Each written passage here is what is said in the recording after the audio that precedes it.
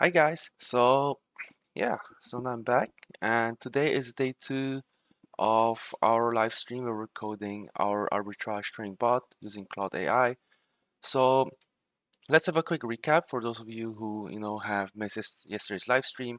So what I'm trying to do is I'm trying to create an arbitrage bot that can arbitrage price discrepancies between the HyperLiquid platform, which is a DEX, against the MetaTrader 5 platform, which you can find here.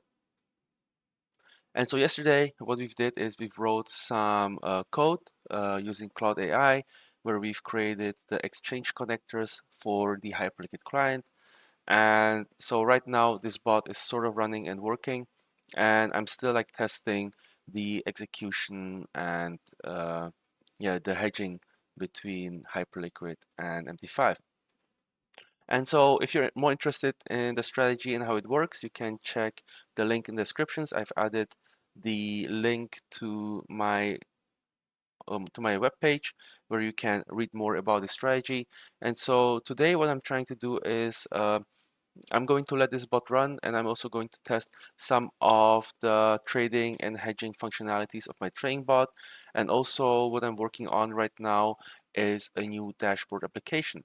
So when our trading bot is running, I'm now trying to extract data from HyperLiquid 95 and try to compute the P&L, analyze the trades, and put everything in a nice dashboard so we have a nice overview of all the position trades and profits. So that's basically it, and yeah, let's get started. So let me first get some water and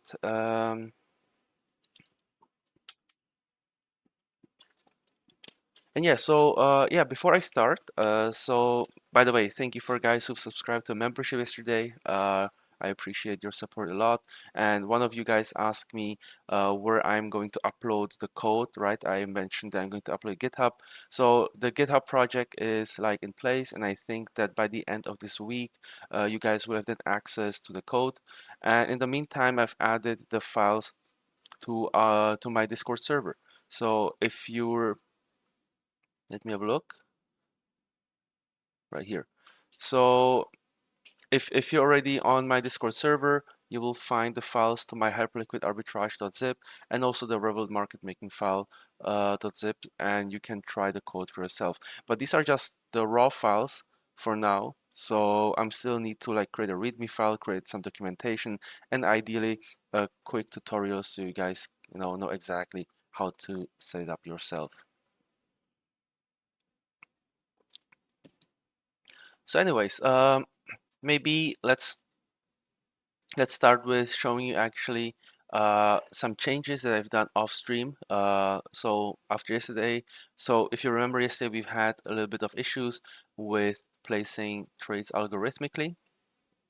And so what I've done here is I've tried, to play around with the settings, and I think it should be working now, but I'm still like in the middle of testing. So what I can show right now is I can try to disable trading bot and try to place a manual trade. So right now we're still testing on yesterday we were testing on S&P 500. So we've tried, to hedge S&P 500 perpetual futures with MT5, and let's try to place a test trade. So here I've created like a trading manual script. So it is like a manual trading script, and so with this script I can try to, for example, place a sell.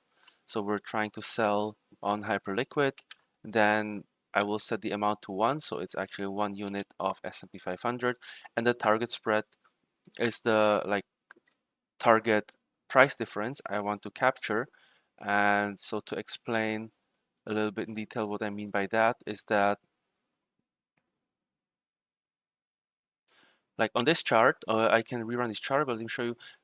There are subtle price differences between Hyperliquid and MT5, and you see, for example, that the price difference or spread sometimes is like at 2, sometimes at 0, and so I'm trying to capture the spread to make a profit. So if I say the target spread on sell should be 2, it means I want to sell at 2, right? And so now we are coding the ask price on HyperLiquid. And if we check the prices now, right? We have an open order now on S&P 500. So right now we have the open order here, and the price quoted is at 75335, which is actually not even visible. So I would probably need to, look a bit higher. So right now the price or like the spread is not even close, right? So if I wanted, to sell at 2, price would have to reach this level, which is quite difficult because there are a lot of orders in front of us. But what I want to show you is if I want to sell at 2, it would quote this limit price, and once this price gets filled, then it would then try to hedge that with MetaTrader 5. So this is sort of working, and like I'm still trying, to test it like a few more times to make sure that it works. And right now the order has been canceled because my script has an order timeout. So if after 1 minute I will not get filled, the order will get canceled. Also, some other changes I've made is that if you remember, we had this hedge exposure script.py, which handles the hedging between HyperLiquid and MT5, and I have the trading bot here. And so a lot of the strategy settings, the symbol configurations are the same both files. So I actually took out all the configurations and put them into strategy settings.py, where we can like specify all the settings for our trading strategies. And the scripts like hedge exposure, trading bot, and trading manual are all using this file to actually trade. And so right now on HyperLiquid, yeah, the price in S&P 500 is quite like normal, stable, and like if I now scroll through some of the assets, maybe we'll be able to find some symbols where we can try to hedge the exposure. And so now I'm thinking, let's go through the XYZ assets. Let me zoom in so you guys can see a bit better. And so if I look at the symbols here, what comes to mind is that Nvidia kind of has a high annual funding rate. So it is currently slightly, priced above the current price of Nvidia. So it has an annual rate, annual like funding rate of 22%. And so basically, I can try to, investigate a spread, and maybe what we can test on right now is maybe we can try to open a hedge on Nvidia today, and maybe we'll make money on, this hedge, assuming that I don't do anything wrong or assuming that there's no bug in my code. So if we look at the historical spreads, right, I can also, for example, like analyze XYZ Nvidia. And if I want to, try to arbitrage Nvidia on capital point trading, which is basically IC markets offshore, we can try to look at this asset. So here it's NVDA.NAS, which is traded on the NASDAQ.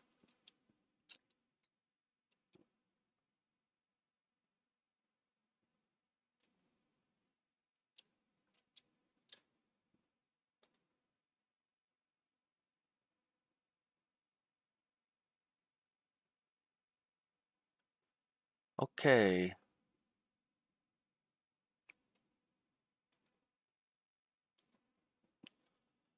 So now I'm just going to run this code and see how that works.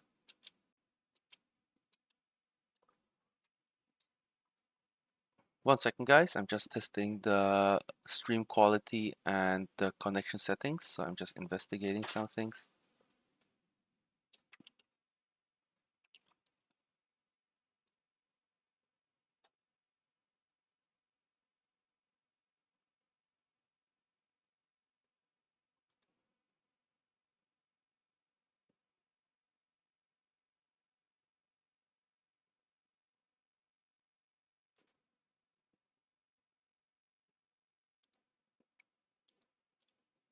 All right. I'm going to review the settings after stream, and if you guys have like any issues, with the stream quality, please let me know, and like I'll try to improve it. Uh, so, anyways, let's proceed. Yeah, with the analysis of the spread here. Also, let me also use the 1-minute chart data. I think that would be better for more in-depth analysis.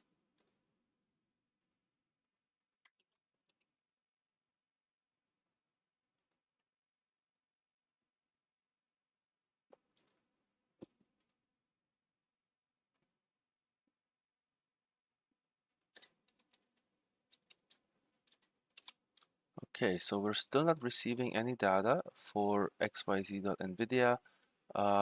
Let's try a shorter range maybe.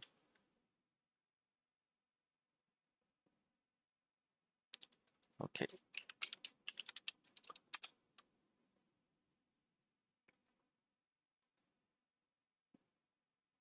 Or actually, yeah, we're receiving data, my bad. So nothing is actually wrong here. So here we're receiving candles for Nvidia, and here no rates return for NVDA.NAS, which is this one.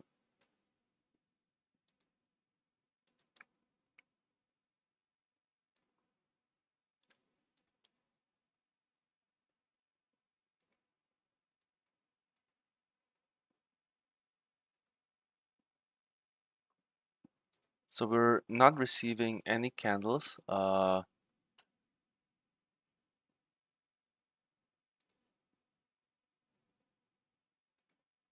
this one. Maybe I have a problem with the path here. Now it is initialized NVDA. Let me try to test it in another cell. So here we're going to export OHLC data from Nvidia. So here we have the rates. And let's try to check why nothing's happening. So if I do Euro USD, for example, I also don't get anything. MT5.initialize. Okay, it seems that MT5 here is not initialized. So maybe that is the main issue here. So what if I just call MT5 initialize like this, and then I just skip these things?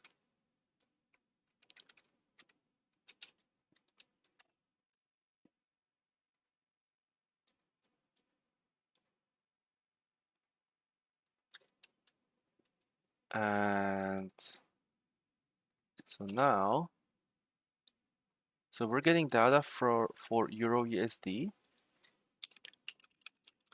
but we're not getting any data from Nvidia. Oh, and it's because yesterday was a holiday, so we are actually not receiving any data because we don't have any data for yesterday. Now I understand.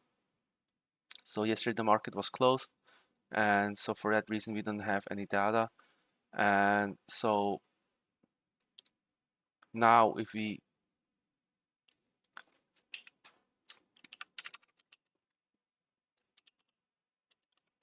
try to take it for, from a time span of, let's say, 7 days, maybe it should work. Hello, Banana. Welcome to the stream. Nice to have you here.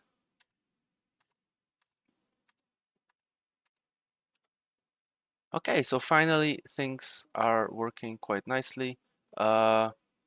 So here I have to rename this to MT5 symbol.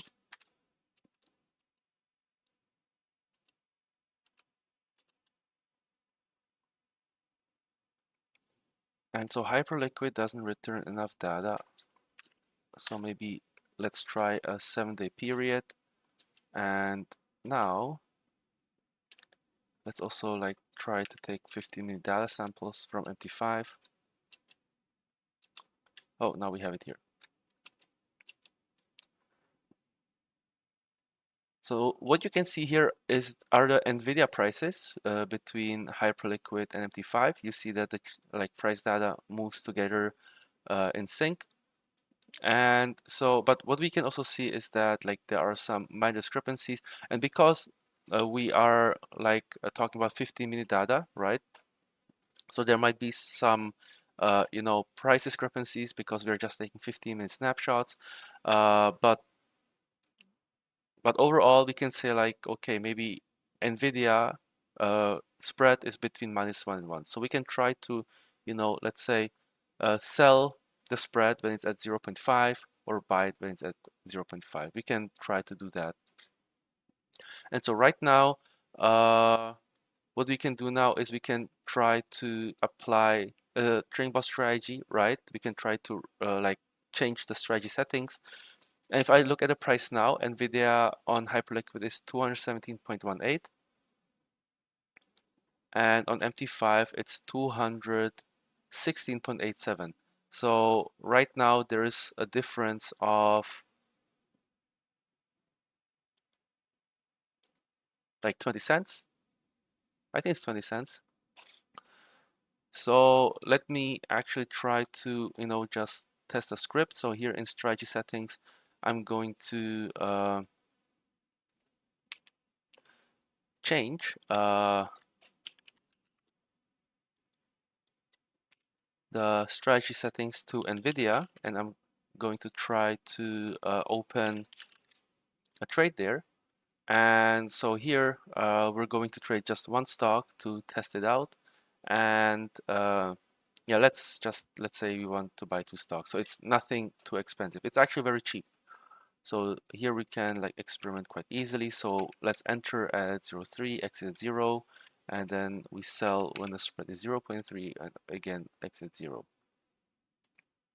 And here we have to compute the minimum top of book offset price. So this value here is the minimum spread away from the top of book that we want to place. And so the precision digits on Nvidia on HyperLiquid is 2 decimal points. So here I can set like a spread of 1 cent, like this. Or what I can also do, like I can also like set it like to maybe 3 cents to like at least, you know, maybe gain something from the spread. And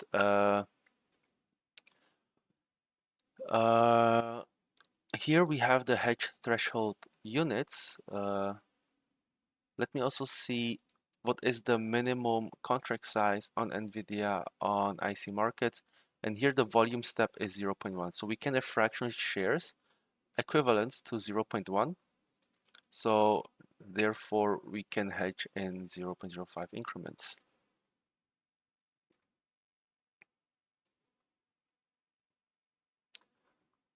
So I think this should be okay. And I'm going to create a folder with strategy settings templates where I can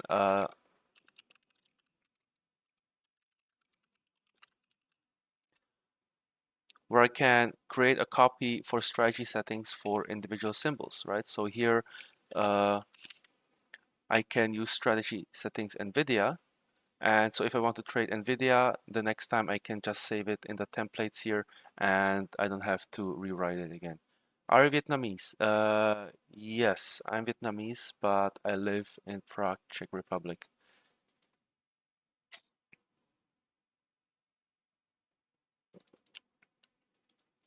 Okay, so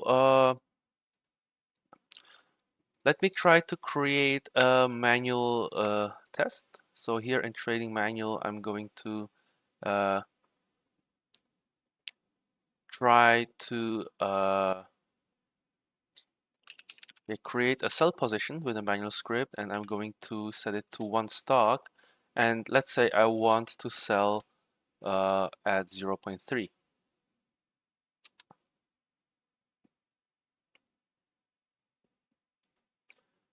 And so now what you can see is that I am adding liquidity to Nvidia on HyperLiquid, and so our ask price is somewhere here, and so now we're hoping to get potentially filled.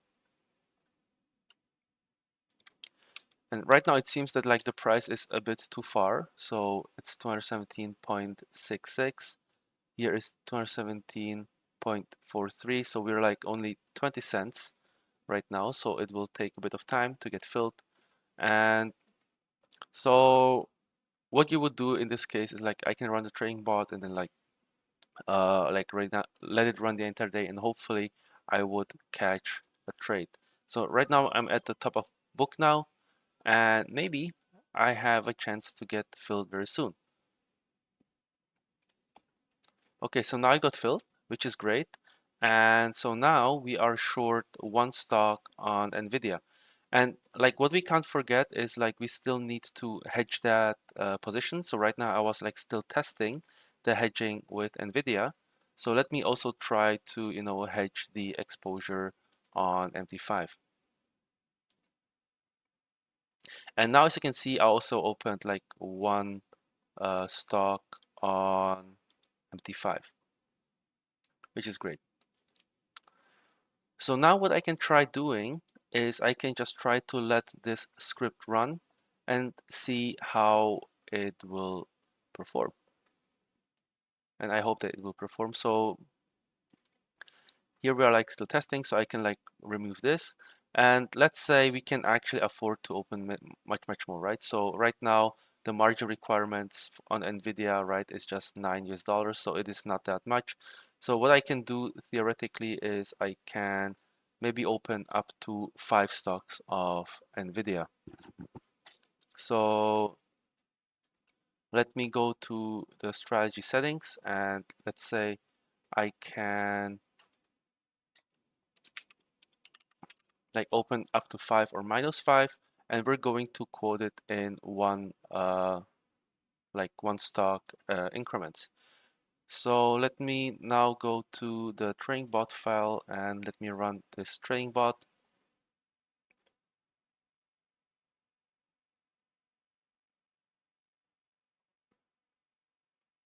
And now our trading bot is running, and yeah, it should start trading. So whenever our let me try to show an example here.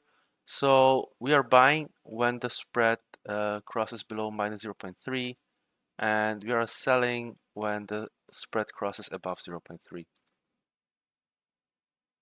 That's it, and then we exit at 0. So let's try like this for settings. There's a chance like that this strategy initially might just be break even, right? Because the spread might still be too tight. So maybe if I want to like guarantee that it's going to be profitable, then maybe I would increase the spread to 0.5, right? I could do that.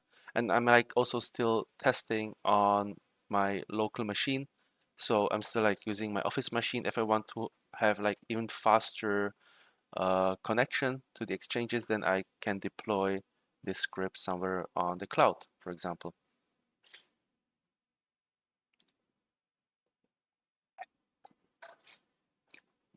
Yeah, so right now the average spread is 15. So no signals yet.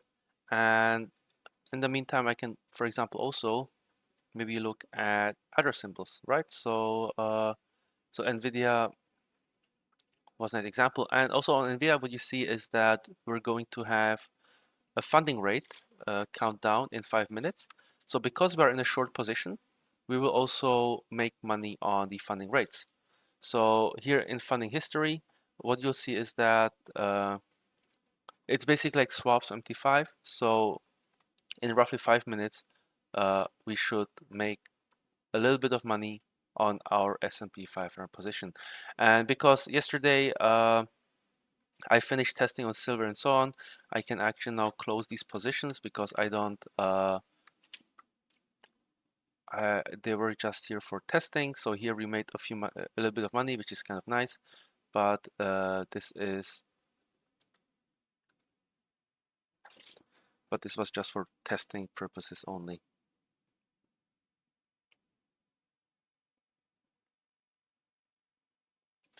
So let me just use my authenticator.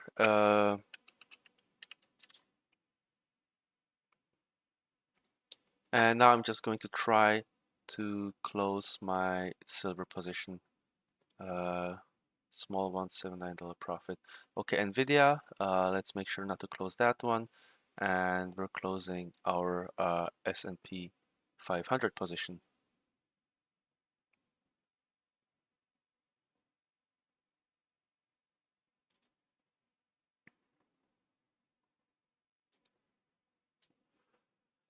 And okay, so now our train bot is running. I'm also going to, now modify some things in the train bot because now I realize that I need to check that if we're closing positions, that we add a reduce only parameter. So in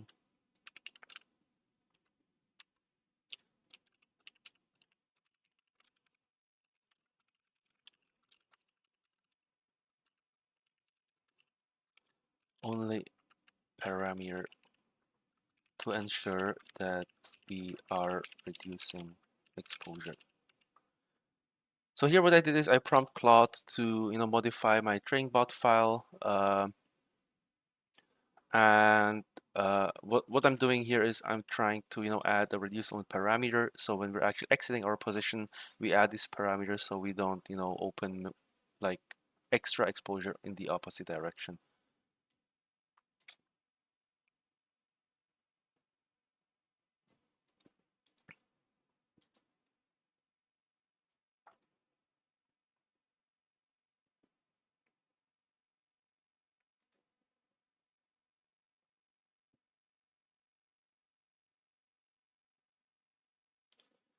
Okay, so Claude now suggested some changes. I'm going to apply those.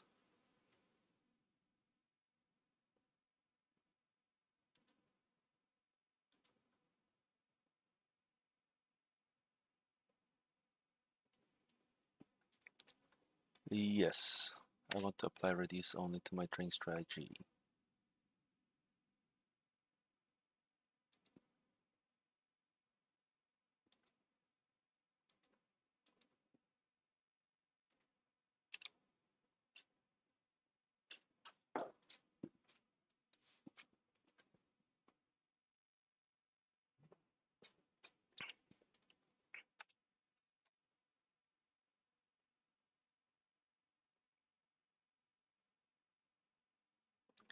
Okay, so we've added the reduce only, and yeah, let's keep looking.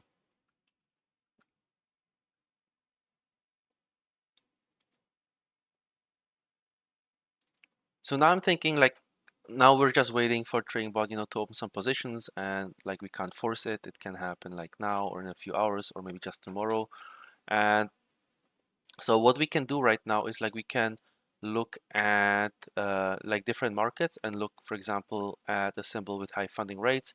It means that the pricing of that asset is like very, very mispriced, and like we can try to find some immediate arbitrage opportunities where we can like try to hedge it. Like for example here, 1000 Pepe on Hyena has a funding rate at 87%, but like the daily volume is not that high, right? The daily volume on this asset is like only 85,000 US dollars, which is still quite a lot. We can try to do something, and so maybe we can try to quote a spread on this, but here we would use the Hyena DEX, right? So a different exchange, and so maybe we can also try that. So right now I'm just scrolling through, and what we'll need eventually is also like a dashboard that will like show us all these funding rates and all the pricing discrepancies, so we can try to trade it.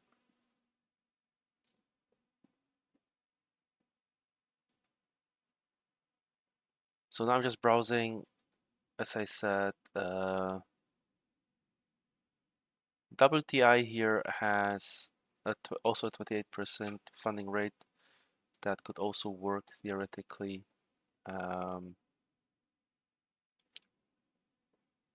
Meta is 21% here. I guess it's fine. And also what we have here,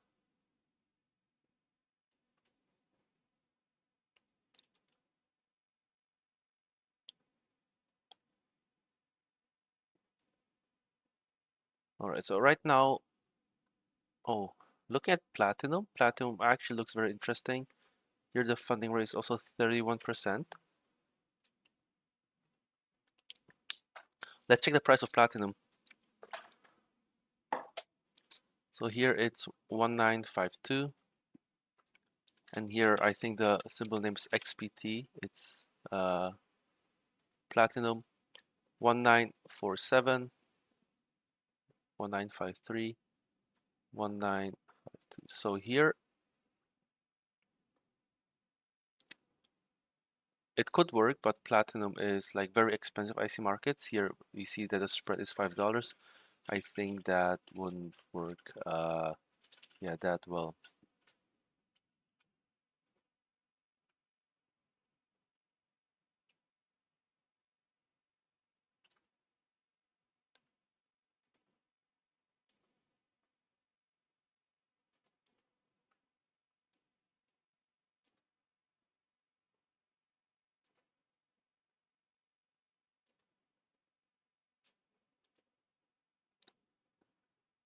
So the markets look kind of sort of calm now.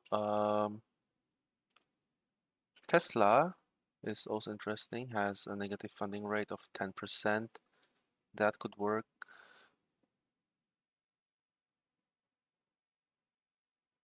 And then with Samsung, like I've realized that these Korean assets have like very, very high funding rates, but I don't have any exchange like to speculate on yeah, for example, Samsung.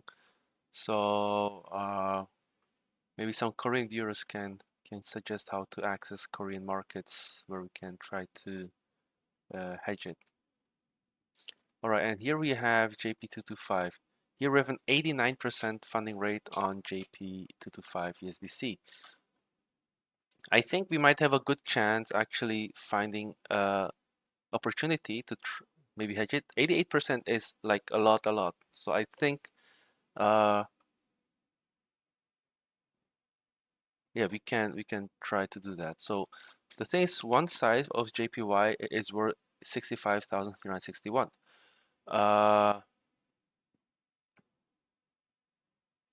USD.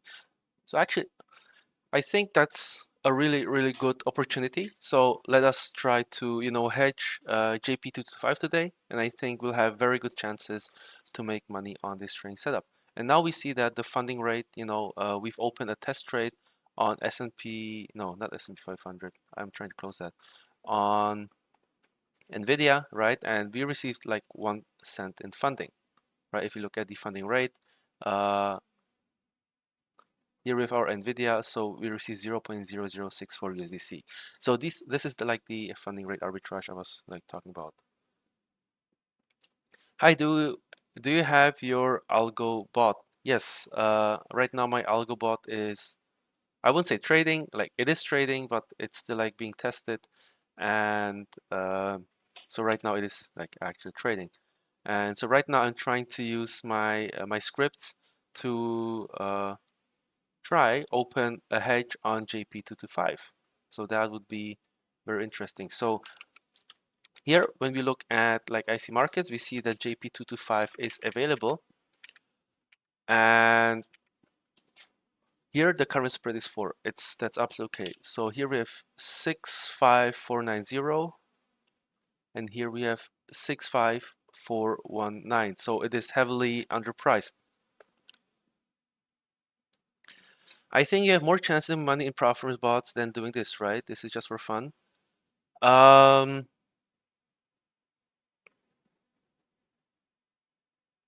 Well, theoretically, yes, you're right. If you get funded by prop firms, then you definitely can make more money, but the question is how much can you actually buy in challenges, right? So if you have like 10,000 US dollars, you would have to buy 10 challenges, manage all of them. And the thing is, we're not like trying to, the purpose of this video is showing you like profitable trading strategies, right? And whether you trade live or with prop firms, you need a profitable trading strategy. It doesn't work, with a strategy that's not profitable. So what you see here right now can actually be applied in prop firms as well. And so what I'm like trying to maximize here is just our edge in trading. So if you want to trade live or prop firms, it's like up to you. And so now I'm going to attempt to make money on JP225. Let me ask Claude, I want to arbitrage JP XYZ 225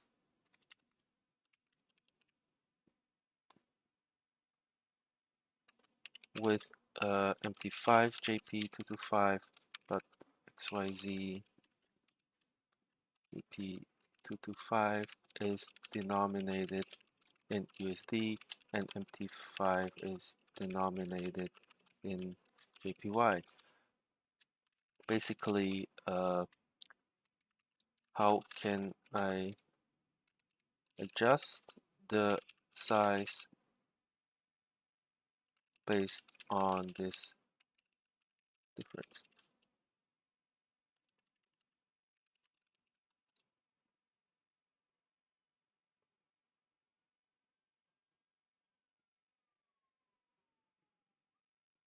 I mean, just.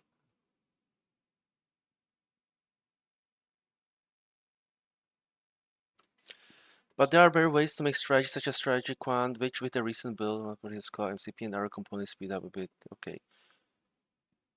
Well, maybe you're right. Maybe you're right. There are always things to do better and to find profitable ways, but where do you find it, right? If you already know how to code these things or have different sources where you can find strategies, then like good luck. But like we're here right now and I'm showing you one of the solutions how you can make money. And so for me, this is currently the best solution that I see because this is something that I've been doing myself. Okay, so let's see what Claude suggested.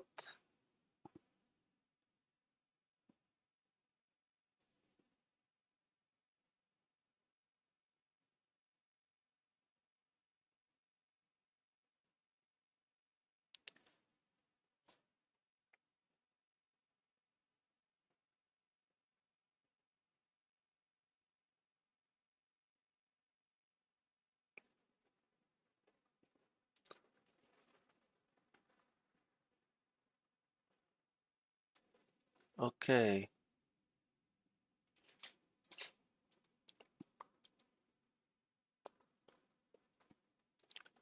Thank you, thank you. I'll keep trying to do my best and show you great strategies.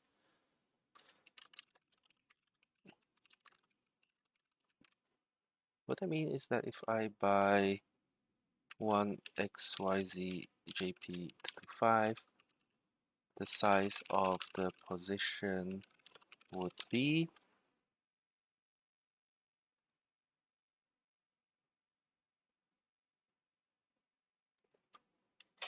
roughly 65k USD. If I buy one JP225 on MT5, the size of the position would be 65k JPY. What I need is to dynamically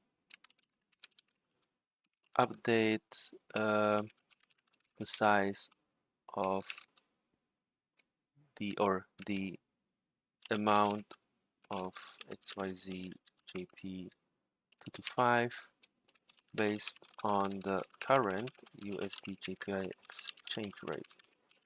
In other words,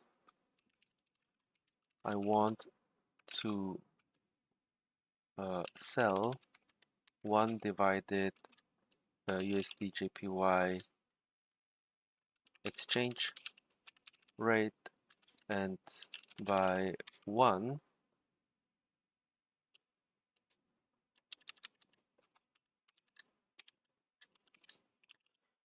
and by 1 MT5 JP225.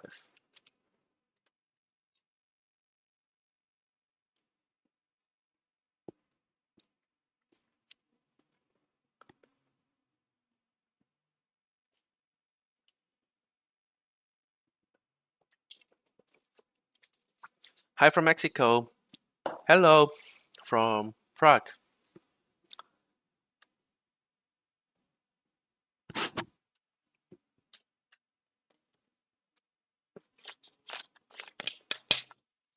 So let's have a look at JP225. Currently, the funding rates still look very great, and the volume also looks very good to me.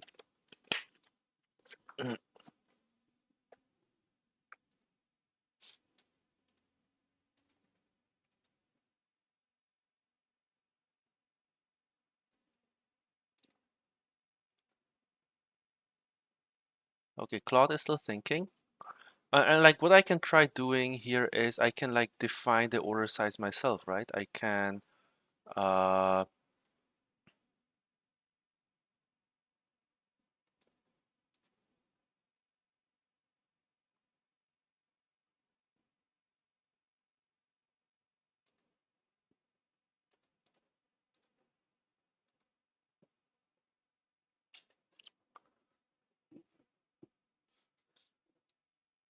so I need to wait for Claude to, keep thinking.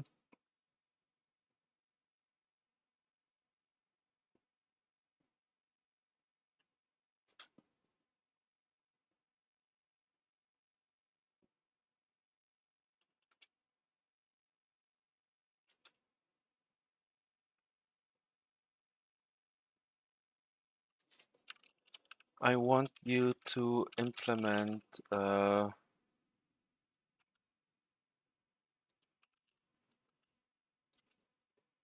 the conversion of JP225 in hedge exposure MT5.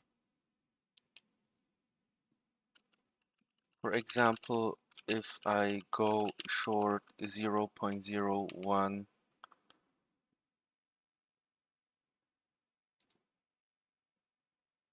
yeah, here contract sizes are like very small actually. 0.01 XYZ JP225. I want to go 0.01 times USD JPY exchange rate long on MT5.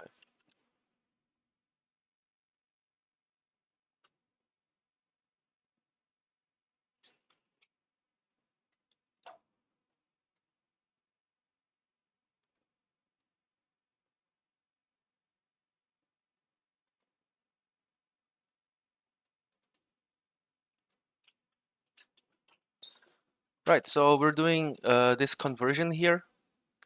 And in theory, I could like try to maybe place a trade myself, right?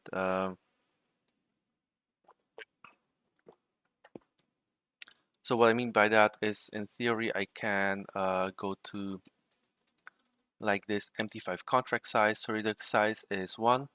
And here the MT5 contract size would be dynamic based on the current exchange rate.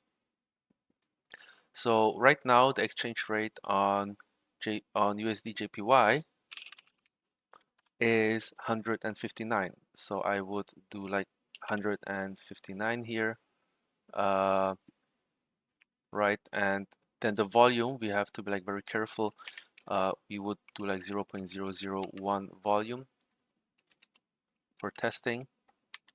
So it is a bit like inconvenient, but I think it should be fine.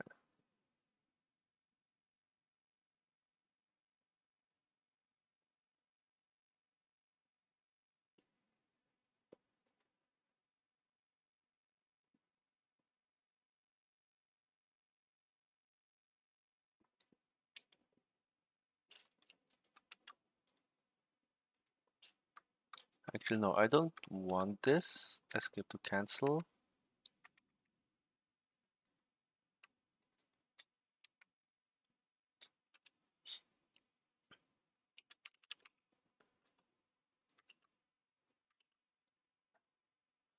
Size to be dynamic, or actually, I don't have to worry about this. I can actually just keep this, and it should be fine. In the future, then I can update. So here, how much is 0.001? 65,000. So we'll take the calculator. 65,000 times 0.001 is 65. This is actually okay.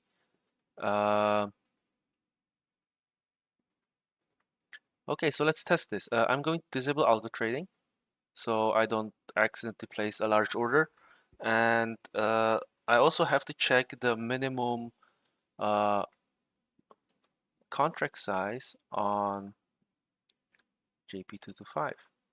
And here the minimum contract size is minimum volume is 1. That should be okay.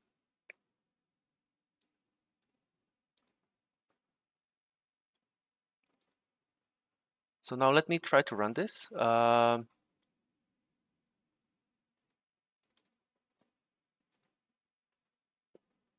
actually, I forgot to add something in strategy settings. There is also the minimum top of book offset.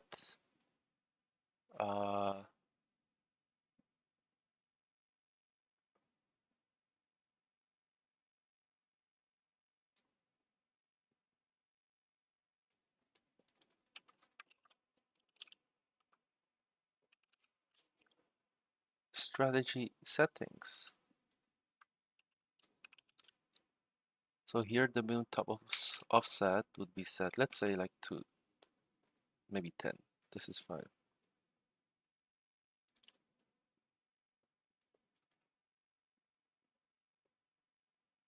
And so now I can run the script and hopefully we can try to open a trade on this thing. So on HyperLiquid, the price on JP225 is like undervalued right now, right? It's very low. So what I can do is I can try to quote a buy limit order, right? I will quote buy limit, and then I will try to hedge it short. So I'm going to buy.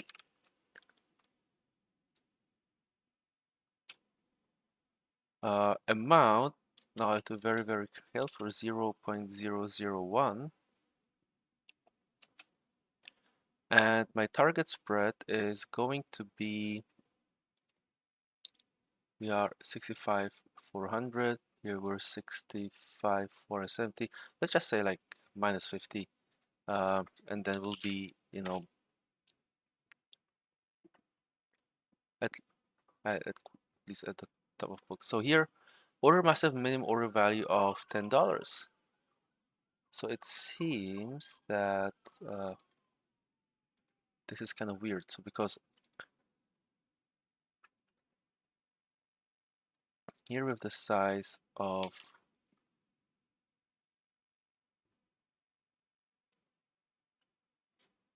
oh, thank you very much, guys. Thank you. We're still in Nvidia. Great that I have you guys here.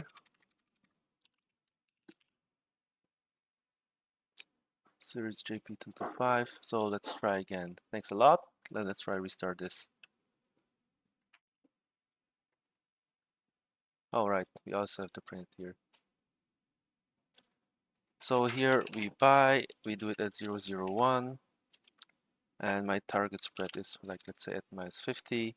And so now we have an open order that has been filled, and here this amount we're long on JP225.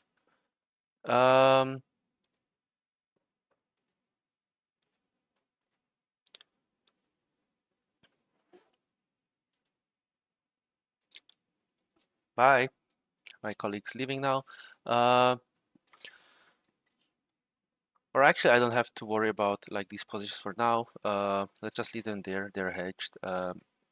So now what I need to do is I need to check if my hedging script also works, right? So I disable algo trading on this platform.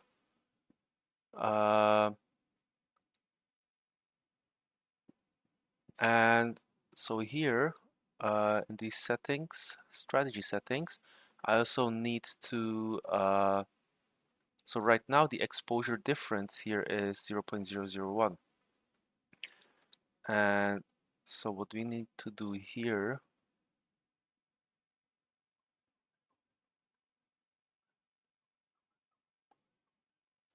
is also check for the exposure difference on MT5. There's this like hedge, the threshold, so it's 0.005, which is this value here, right? And hopefully, let's see how the script works. I'm not sure if it will work like exactly. Okay, so here the contract size does not actually work. Let's see how the hedge exposure of MD5 works exactly. So here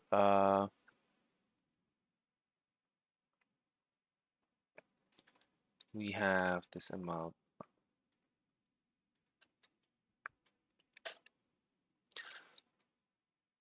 So actually I can try to prompt Claude and see what Claude can suggest.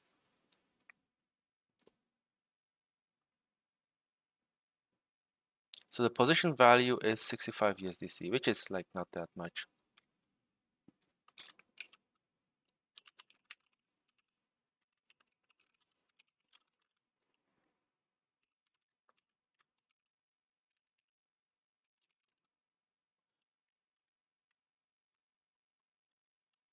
I have a long position open on XYZ 225 with the amount 0.001, I believe. Yes, 0.001. To correctly hedge it with MT5, I need to open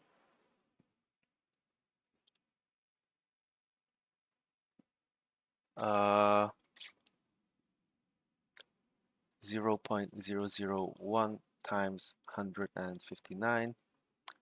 So this is actually not enough. I think I need to open like at least like 10 times the amount, because the minimum size on MT5 is 1 unit of JP225, right? Yes, minimum volume is 1.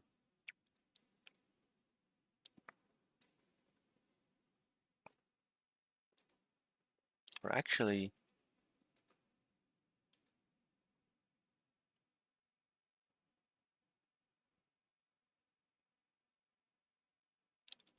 yes, that's correct.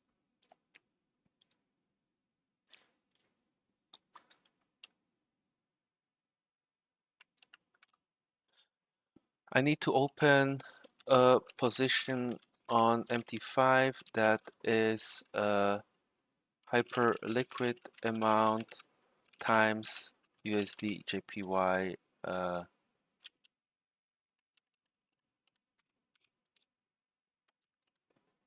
How do I implement this into hedge exposure MT5?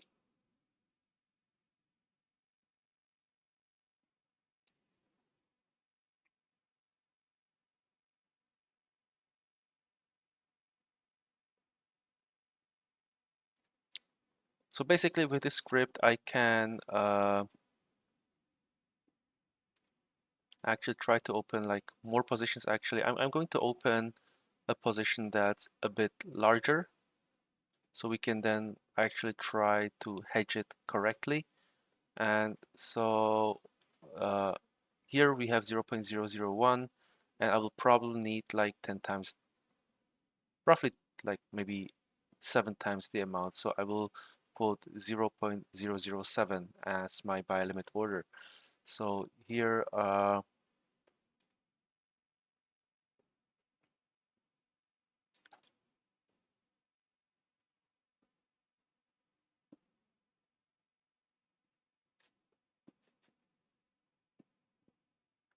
waiting for EJP 225 market data on HyperLiquid. Yeah, the liquidity is not that good, so we might be waiting too long. Maybe I'll increase the timeout, whatever it's called.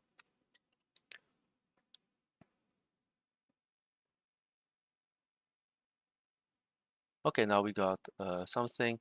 So here I want to buy, and the amount is 0.007. And so now our targets for, let's just advance it. And here target exposure exceeds maximum exposure long. So this is like one of my security features. And here let's say I want to maybe leave it like this.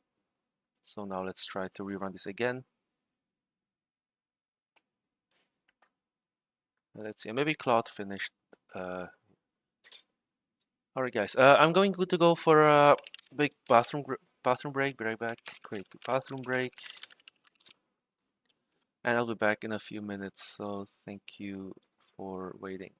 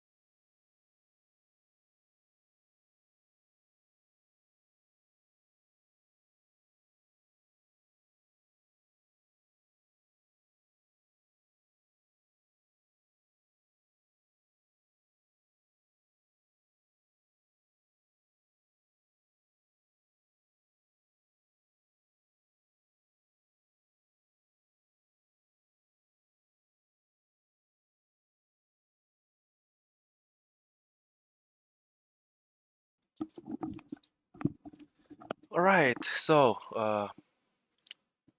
I'm back and let's have a look at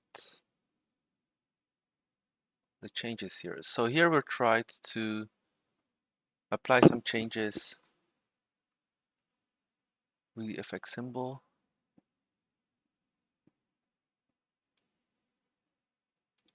And let's try to apply the changes and test it.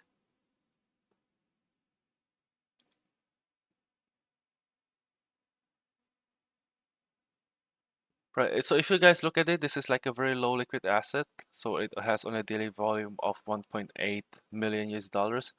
So like on a large capital size, it would be kind of difficult. I think maybe an account size of 10 or 20K would be like good enough to provide liquidity to this pair. But I think anything above would be quite difficult to get fills. Like you can see the trades here, right? And here we see that there are like a lot of buys that are like kind of small. And so, all right, let's have a look at this here.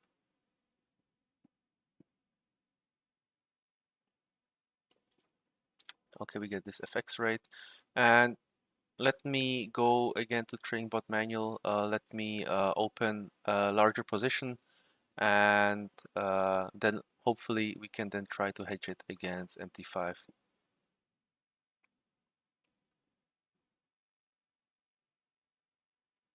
And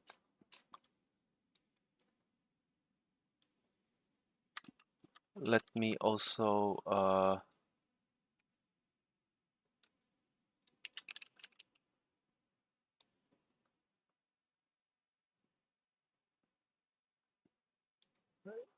I think we can like apply a sleep for maybe like 30 seconds or 60, right? So on JP225, it might take some time to, receive a new tick that we need to, that will like help initialize the platform. Because I believe that the WebSocket does not like return the current one, it only like sends us new market data events. And so for a reason, it does not start up. So here we do buy, and then we want to buy 0.007. Target spread is -50. And so now we're coding buys on JP225. And so yeah, so our trading bot is placing buys. And this is like pretty good for us. I believe that this like strategy would theoretically work without MT5 because the funding rates here are so high. But I don't want to risk anything, so we're still going to try to hedge that exposure once we're done. So here, let's see if our total order size got filled. So now we have 0.008.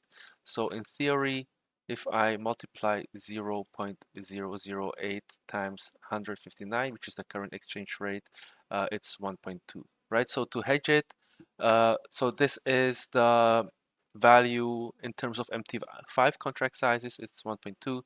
So if we like want to hedge it correctly, then MT5 should go one short. And so now with Claude, we still need to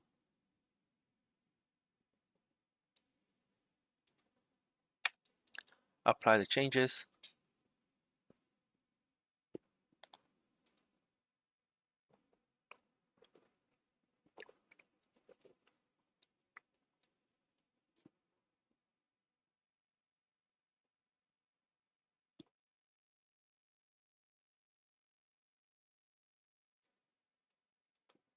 And that's it. I still need to ask Claude a question. Does hedge exposure MT5 also consider the minimum lot size? Because the minimum lot size on MT5 is is 1, right? So here, this is the volume step, is the minimum volume. So we cannot hedge until we meet this minimum lot size.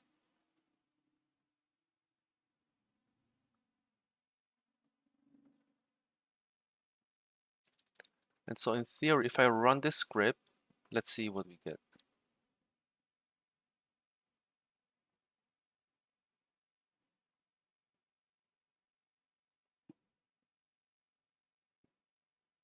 So here, apparently it's already implemented, this check.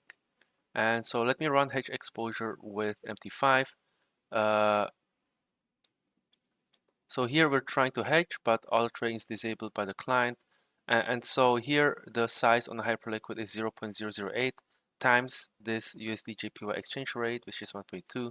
And so here the difference is 1.2. And so it's trying to place a sell 1 lot on JP225. So in other words, I think everything is working correctly. And so if I run the script,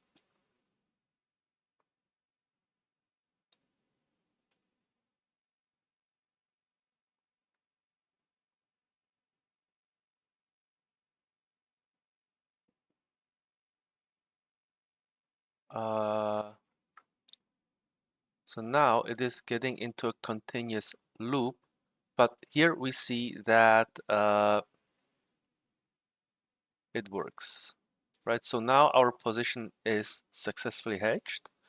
And so in theory, I can let this string bot run. So this is just skipping. It's actually not placing any trades. So now let's say, actually this is great because now we actually sort of have a trading strategy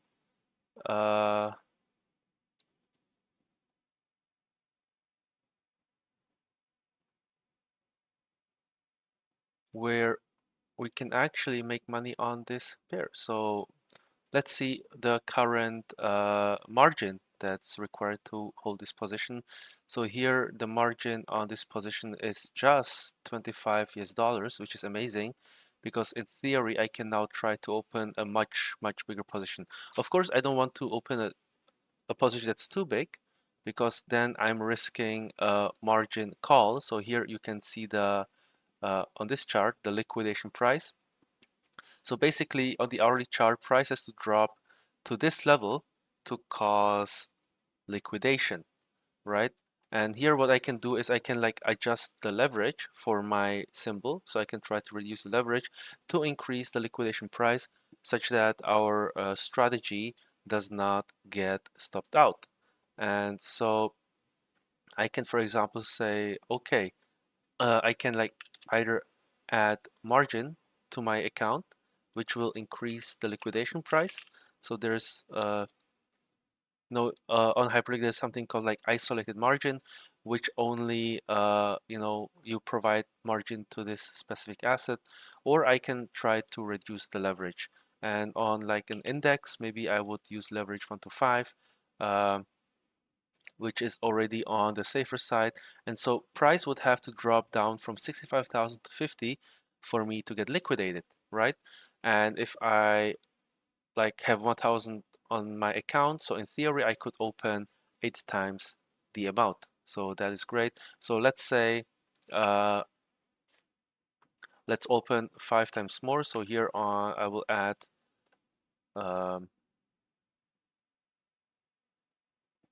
so in strategy settings, let me now like instead of using trading manual, I will now use my trading bot, and here I will adjust the strategy settings. So in strategy settings, I say I want to go like in 0.01 increments, and the maximum exposure, let's say, is like 4 and 0.4. And here the requirements to enter is like, let's say at minus 50, and like to enter it's at 50. And then let me also check some of the other values here. And here the hedge threshold is 0.5, right? So we're using like the threshold, I think based on MT5. I would just ask Claude hedge threshold on JP strategy is set to 0.5. Is that okay? Just double checking if everything's fine. And so theoretically, I can also have maximum daily lots to, let's say, 1.0. Let's keep this 10. I'm not like sure if we're taking like the HyperLiquid price or the MT5 price. I'll have to check that. But let's just turn on the trading bot and see if that works. So now I'm turning on my trading bot. My hedge bot is still running. So now what this trading bot should do is it should place buy orders on HyperLiquid and then place the sell orders on MT5 once it gets filled. So here we have our open position and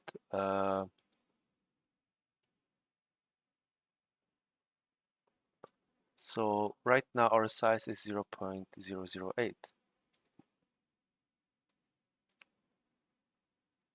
And here we have the same issue, right? We got no market data, so nothing has happened here. So here I will also apply the runtime error changes. So here I will sleep 1 second and I will wait like I don't know, a maximum of 60 seconds. So this is our waiting function. So let's run this again.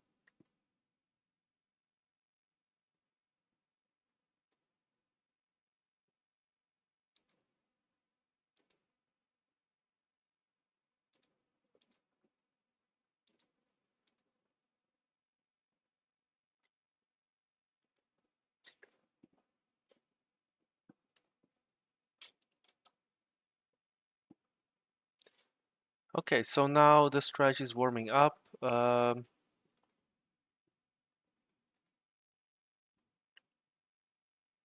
our order got filled. As I can see, JP225 has now 6 contracts, and so now I should be quite careful. It is actually correct, right? I thought it should be 4, but it's actually 6 because 0.04 times 159 is roughly 7. So on MT5, I still have enough margin. I'm not too worried. And so in theory, like you could still stretch the margin a little bit, but I think this is probably like enough, like on the safe side, right, to show you this trade setup. So now, actually, all we have to do is wait, and hopefully I can show you that this strategy will be in profit over time. So of course, I think we had a small like unhedged time when we had JP225 because I opened a short unhedged position at the beginning. But overall, this position should now make money. So now I think we can end the testing, and I will close my S&P 500 trade. So here I'm just going to close it with market because it's just a very small position, and I'm also going to close this small position with market order. And then on T5 I will close my Nvidia position. Right, so this is my Nvidia position, and now all we have to observe is this position plus this position, and these two positions should make us money now, right? So now if I like run this, right? By the way, this is the app that I've been trying to code with Claude AI. So what Claude did for me is it generated like this very quick dashboard which extracts data from HyperLiquid and MT5, and then it visualizes data on this dashboard. And it still needs lots of work, but what we can observe here is like what's important for us is like this equity over time, which should like increase, which is basically just a sum of my HyperLiquid funds and MT5 funds. And so now maybe like let's slow down and like just talk about what like are the risks of this strategy, right? Because now what we can expect to see is that over time once the prices even out, we should close like both positions to profit, right? Or we should at least make money on the funding rates every hour. So in 14 minutes, we can then have a look at this position and we can try to see,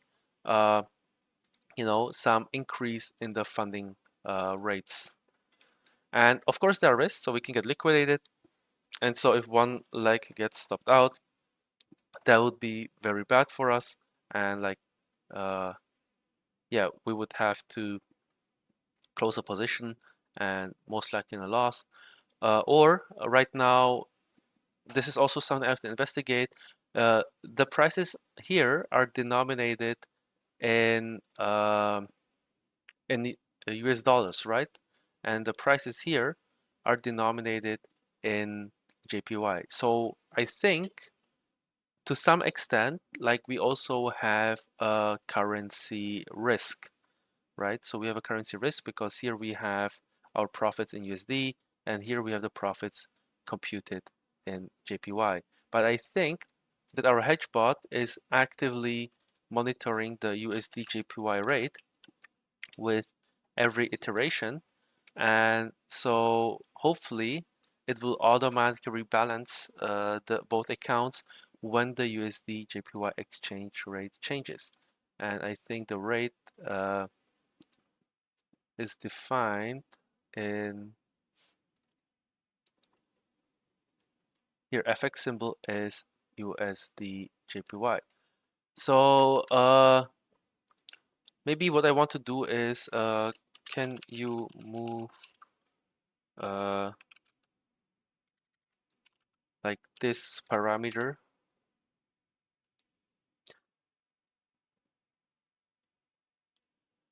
in hedge?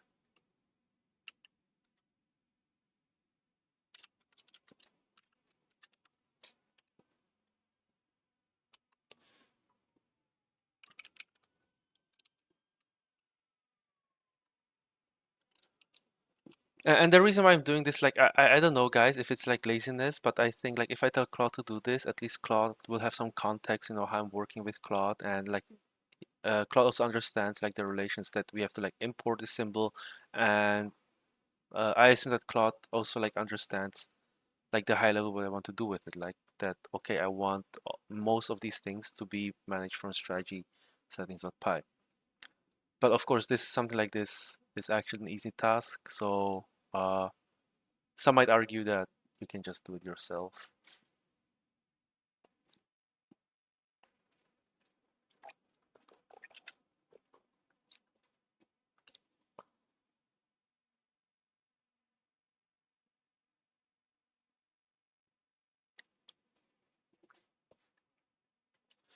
So now we've moved the exchange rate from hedge exposure and strategy settings, and this should now, yeah, this is now here. And then in strategy settings.py, rename FX symbol to FX conversion symbol. So just quick things. And the thing is, like, if I rename this here, right, then if you import this symbol to hedge exposure, I'd also have to import it here. So it does all the refactoring for me actually, which is quite nice.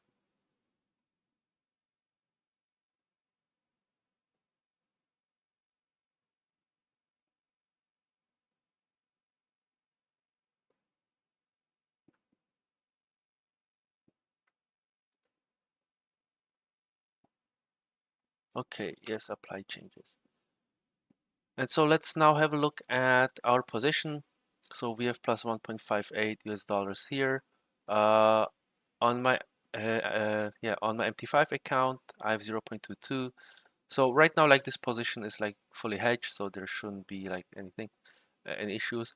Like also one risk, right, that I haven't mentioned, of course, is like if the price discrepancy goes in further, right? So right now the price difference between HyperLiquid and MT5 is roughly, if I look at my trading bot,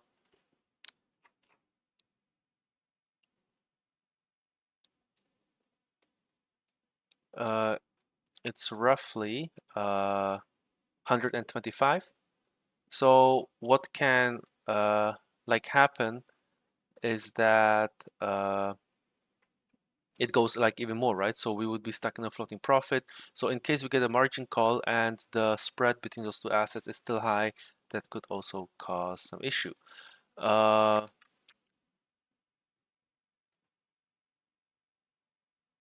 Okay, so here I also need to report some issues with the trading bot. In trading bot Pi, I got this error.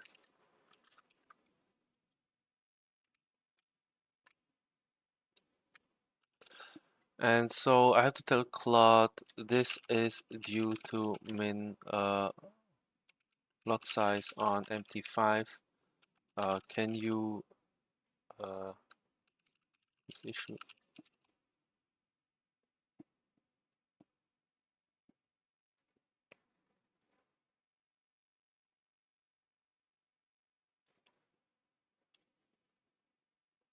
So here in open positions, what I can try to do is I can like print the sum, the P&L sum of these open positions, and I can like also include the funding rates, right, swaps and commissions, and like to get like the sum of these two positions should always be positive, right? This is why we create this hedge.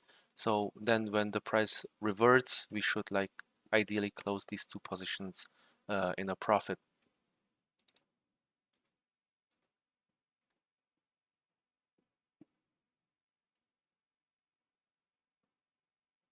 Okay, so let's wait for Claude like to, you know, fix for us the issues, and then maybe we can like proceed, you know, to, you know, improving this dashboard so it's like more clean.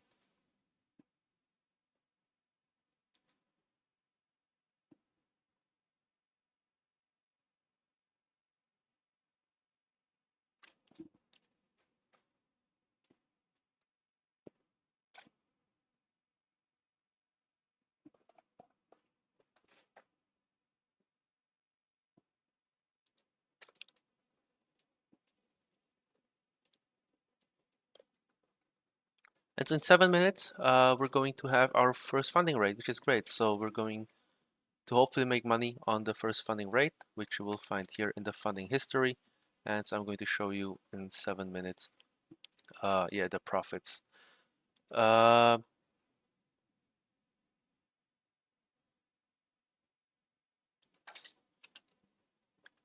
So here our trading bot, you know, I also applied the things with the conversion rates. So we don't, the trading bot will not crash because we are now trading like two symbols with different exchange rates or like contract sizes. And so let me restart the trading bot and hopefully there should be no issues now.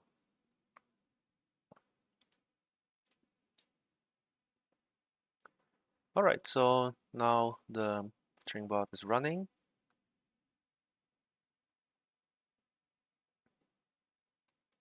Get H exposure is not defined. Oh yeah, maybe I did not finish all the suggested changes from Claude. So okay, we can try now.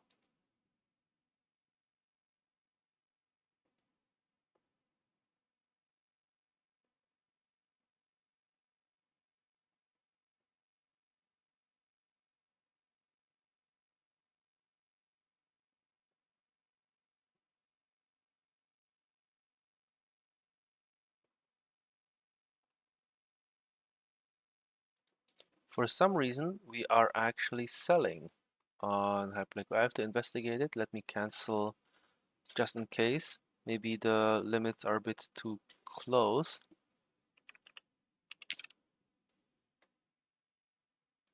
But for some reason, yeah, let me check the values why it decided to sell. So here exit long is when it's at 0. Oh, I see why right now. So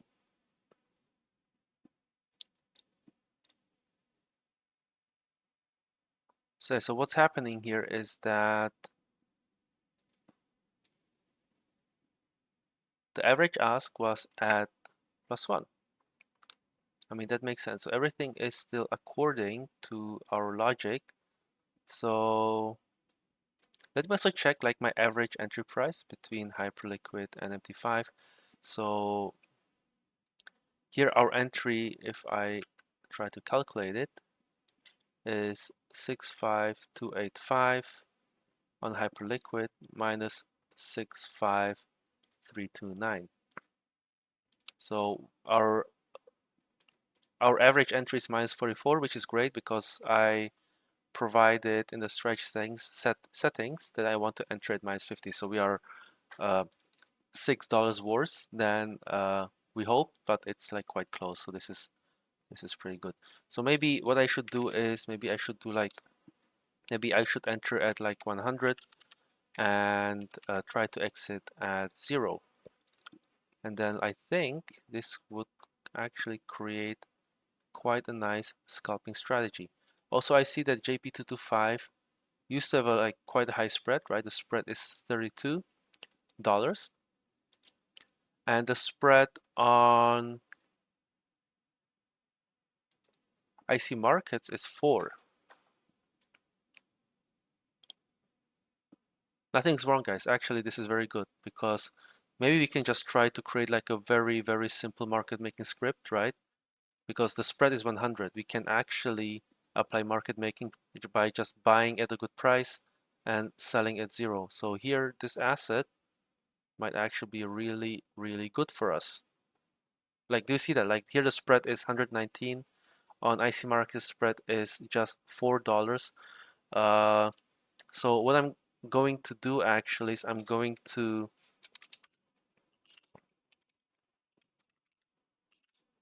actually let this robot run. And if it loses money, it's fine for me. But if it makes money, that's gonna be a breakthrough. So this is going to be really, really interesting. So the sell actually was actually legitimate, right? So now let's let this robot run, and in the meantime, we'll like do this dashboard to compute the profits, right? In dashboard.py, I want to track the live P&L of open positions.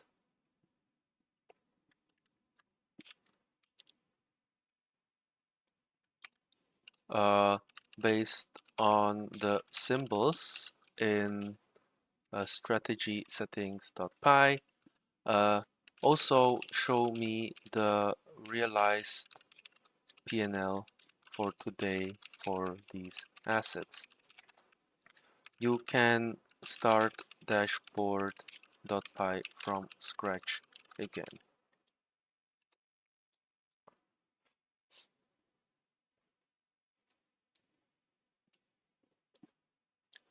So now we are like actually like yeah, trying to exit our position. I think I forgot to cancel the previous order that I submitted, which might be this one before I start the script. Let's see, I shouldn't have 2 orders open at the same time. This is a bit like worrying. Something went wrong canceling your order.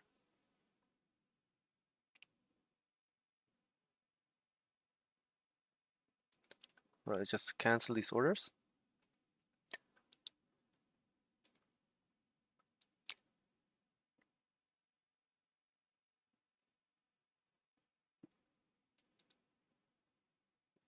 Okay, so now we just want open order. So either, okay, so now this is definitely an error.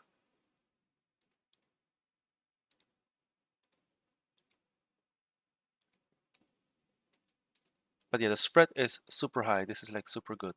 We just need to clean up some issues here.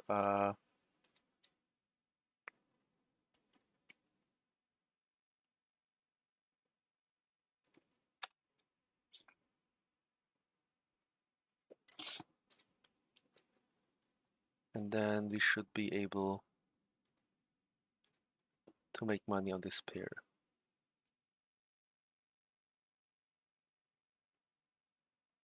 So what we're doing is just buying here, and then we're trying to like sell at zero, buy at low, and then sell at zero. This is actually like really exciting. So we just close very small positions, so nothing too bad. And so yeah.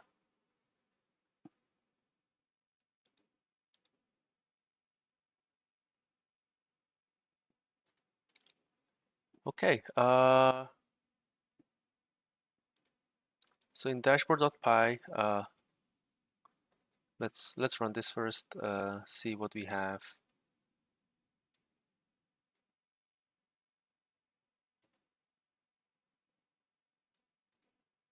So here we created a new dashboard.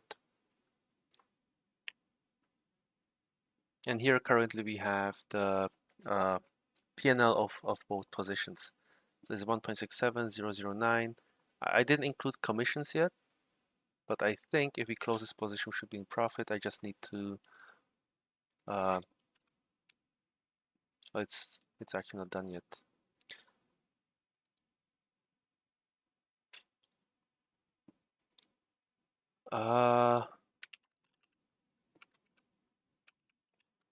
Trading.py is opening multiple open orders, even though I want trading bot to have maximum one open order at the same time. Can you investigate? And here I'm going to add the screenshot. Not sure the screenshot helps, but I'm just going to provide it with as much information as possible. And so dashboard.py should be ready now.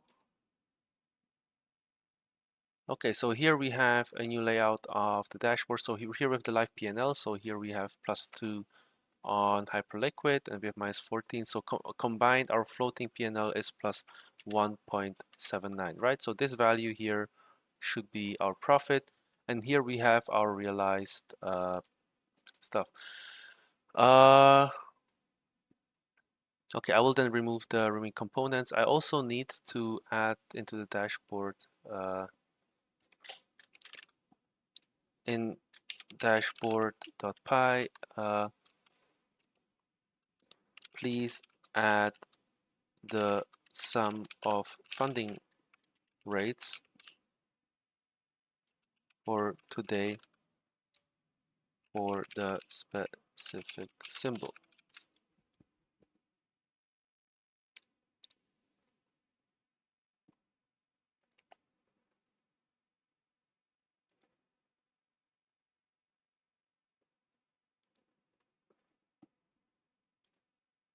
Okay, so this position is in profit. So yeah, we need to investigate why it's opening multiple short positions. It's still thinking. So hopefully it should be done thinking very soon.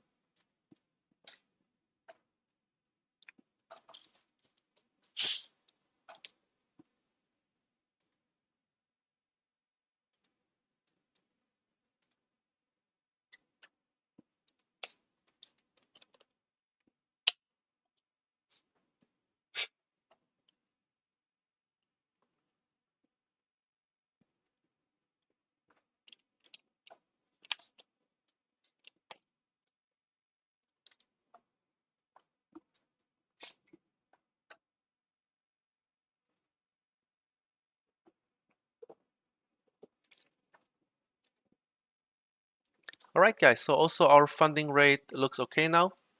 If you see here, our funding, we gained 20 cents in funding rates. So this is great. The annualized funding rate has now decreased. So it seems that the price has stabilized a bit. So this is also fine. But yeah, So in theory, I think we can like also close our position and close it in a profit. And then like here, this would be a very nice example to show you, how much money we've made. But yeah, right now, Claude is probably still thinking. So we're still waiting for the prompt to be done. And so I think it looks a bit buggy. I'm not even sure if Claude is working right now. But let's just run the training bot, see if some changes have been applied. I don't think though, because I have to approve all the changes. But yeah, so maybe I can show you the issue again. So what Claude is doing is that so hedge exposure is still running. So for some reason, like we're trying to exit our position, right? Which means we are trying to submit sell orders. Right now the spread is -12, so soon, like if the ask price hits 0, it will try to exit our position, right? So now it's quoting a sell limit,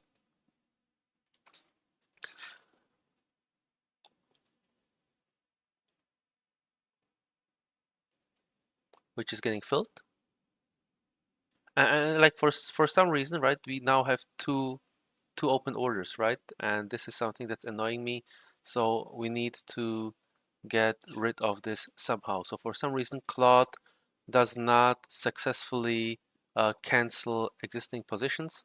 So we'll have to investigate why that is.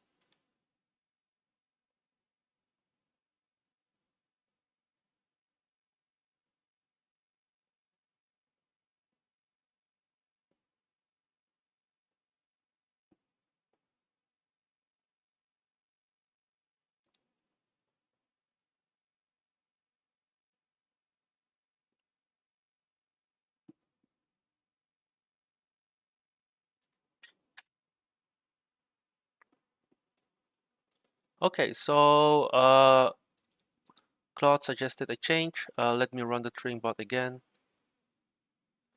Aren't you concerned by being banned, limited by a CFD broker? As far as I know, when you trade CFDs, you're actually trading against a broker and not against a trader. Brokers don't like losing money. No, I'm not actually concerned because,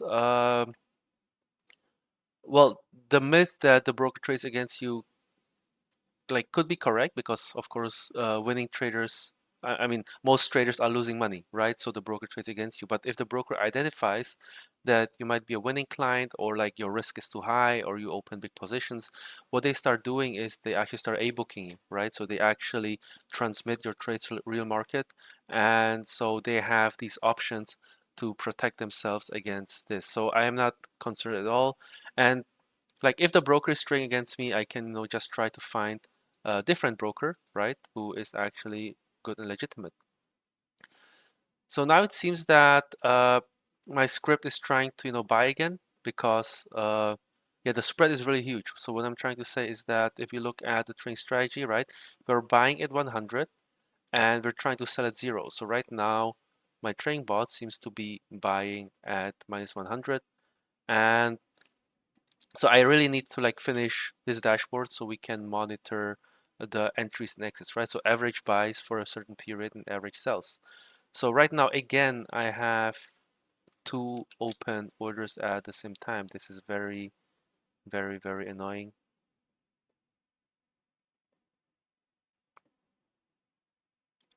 So maybe what I do instead, I think this is actually better. Uh, so let's make sure there are no open positions. All right, so there is still one open position open. I will tell Claude to,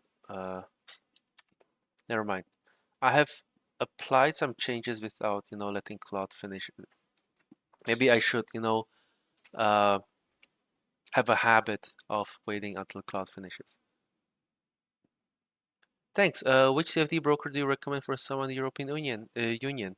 So me personally, I use IC Markets EU or Tickmill. I think they're quite okay. But when it comes to CFD brokers, right, I don't like trade only with CFD brokers. I use them like as a counterparty or like as a hedge against my HyperLiquid arbitrage. So when it comes to like trading just with one broker only, I wouldn't use CFDs.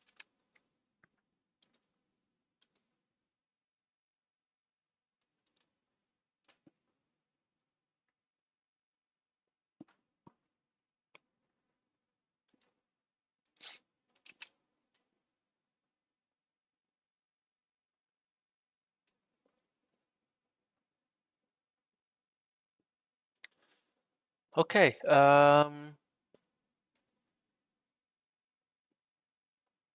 so Claude is still thinking. So let's just wait until Claude is done, and then we can turn on the trading bot. But overall, it looks good to me.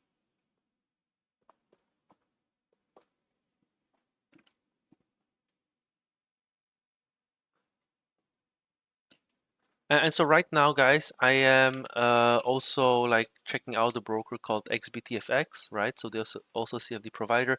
They're slightly more expensive, but they have like direct API connection. So I don't need to download MT5, have it on Windows. I can like directly communicate with their WebSocket API, and they also accept USDC deposits. So I'm testing them out, and if they're like good, I will let you know. Because for me, uh, having the option, to deposit USDC directly is like big advantage, right? Because then I can run my crypto arbitrage without having to convert any currencies, and that's like a very big advantage.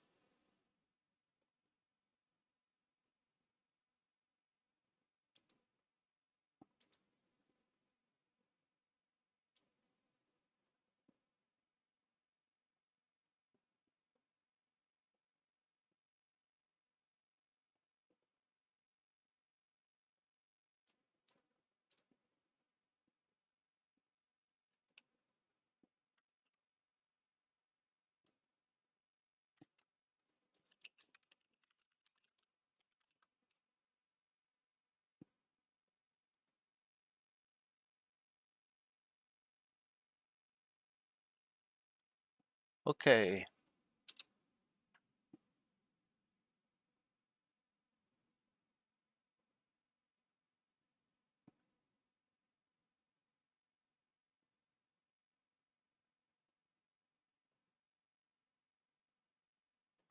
so now, okay, Claude is like still thinking. Let's take our time.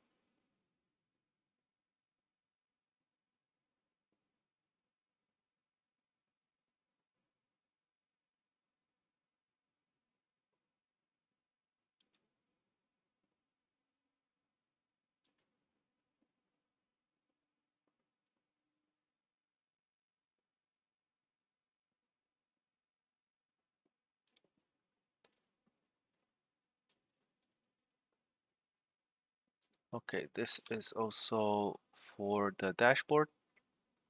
So we're doing like two things at the same time.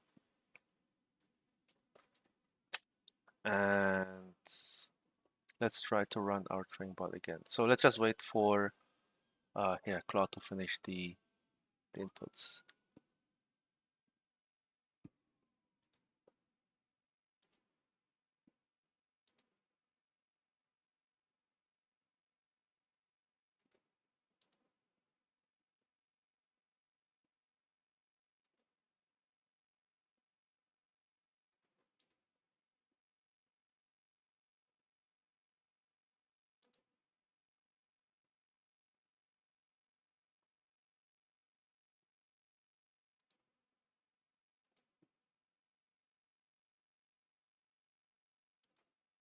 Okay.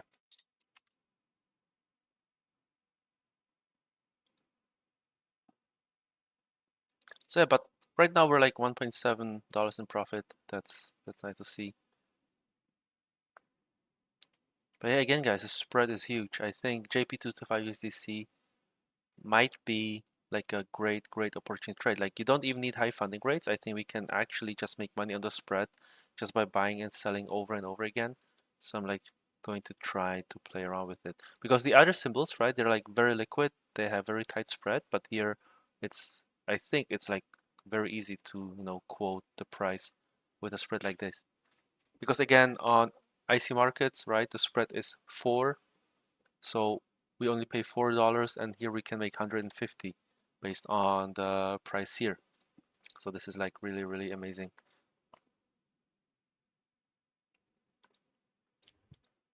So now I'm just waiting for Claude, you know, finish the last things. Like we've already been working for 5 minutes, right, on this prompt, but right now we're just editing dashboard.py. So maybe trading bot might be working right now, and we'll see.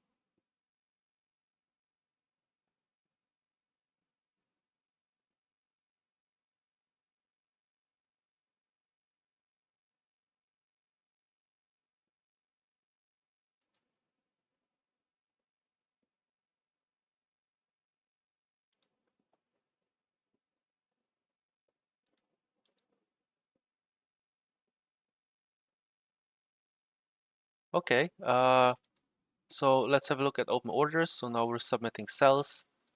Uh, so now we're just waiting to get filled. And as you can see, like our cell is pretty good because here the spread is like still quite high. And yeah, now we're just waiting to get filled. So now we got filled, right? We're getting filled. So far I see that we don't have duplicate orders, which is great. And yeah, let's let this strategy run. And here we also see like the realized, right? So also if I restart dashboard, we've also added the funding rates. Actually, no, Claude is still working on this. But then we can try to compute our profits. Like if this strategy performs well, I think I might like focus on this one. Again, like the liquidity is limited. There's only 1.8 million, right? So like liquidity is limited, but we can at least like allocate some of our capital to be like quite efficient with this. So I think maybe even up to $10,000, this could be pretty good. And life like us, have you considered running the bot not in between two brokers, but to run, let's say, 6 brokers in parallel? No. So right now I only focus like between two brokers. And the reason why is that it's just like simpler to build. But maybe we can create like you know, connections to multiple brokers and look at the best prices. But then also the to manage like all the funds, you know, and rebalancing, and then all the positions in a single portfolio can get like quite messy, right? So that's why I'm not like haven't tried it, because it's too much work and a bit complicated for me.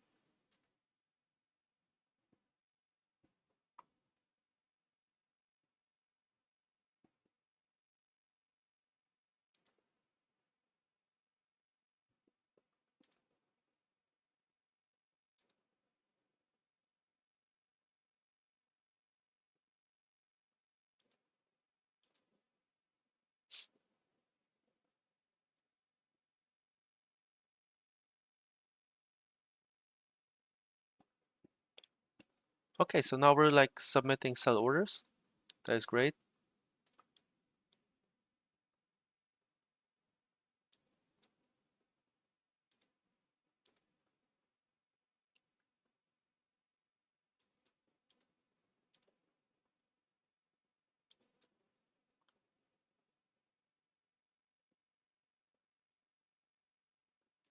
Like yeah, we keep selling, we keep selling. So it's like really, really good. But what you can see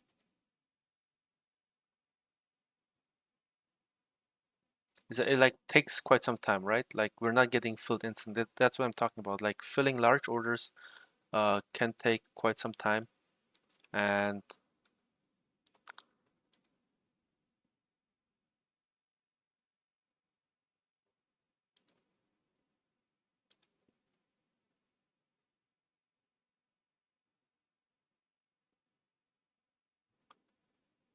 yeah, so but let's restart. Dashboard.py is like still working on something. Let's see if our position is being decreased in MT5. Yes. So Okay, our dashboard is like having some issues here. Like our hedge bot is still running. This is great. And here we're like just still trying to sell. So I think like I'm really happy because right now it seems like we're having like a very well functioning bot that is like submitting the sells, and we entered like buys before. And so once I restart this dashboard, then I should be able to look at the realized profits.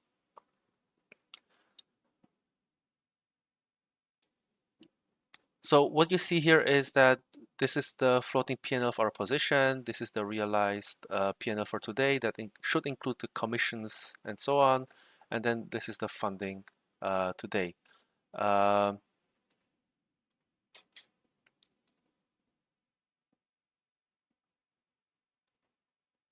So I have to ask Claude, in dashboard.py, are commissions included in realized P&L?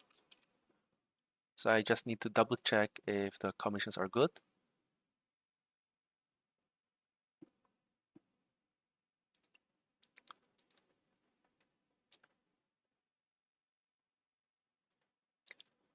And great, so we're still selling, we're still selling. Again, it takes a lot of time. Maybe I should increase my size, right? Like my order size, but I think this is like still fine. So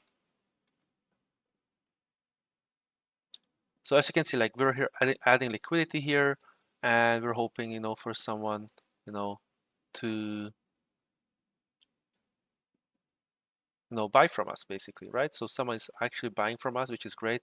So most of the things here, I assume it's been like us adding liquidity here. And so slowly when we update this, and as you see here, the realized P&L was slightly negative. Now we're at 0. Here we made 20 cents in funding, and the combined funding is here. I don't like this yellow color, but I will probably update it. And but yeah, so this is basically the profit of today's trade, right? So this is an example on the JP225 arbitrage today that I stumbled upon, by accident because I saw very high funding rates. I wanted to, show you a quick example. But now it seems like that JP225 is going to be actually a very good candidate, for everyday trading. Like at least putting 10 or 20K dollars on this strategy to run 24/7 or 24/5 rather sounds like really, really good to me. So I think what I'm going to do is no, I don't have to increase the position size. So again, right, someone bought from us. So here we've been buying, here we've been selling, and then whenever our exposure increases or decreases, we are hedging that with MT5 here, right? And so if we check hedge exposure MT5, so far everything's great. So it's a bit slow, but at least like it should be consistent. So let's just look at the profits. And so right now we are 3 cents in plus, right, in realized P&L. And yeah.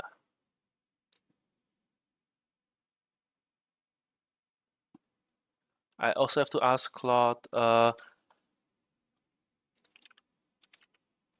MT5 profits are in euro, HyperLiquid in USDC.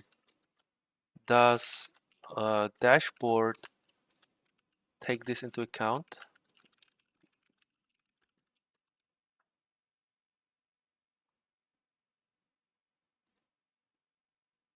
Ah, guys, 4 cents in profit.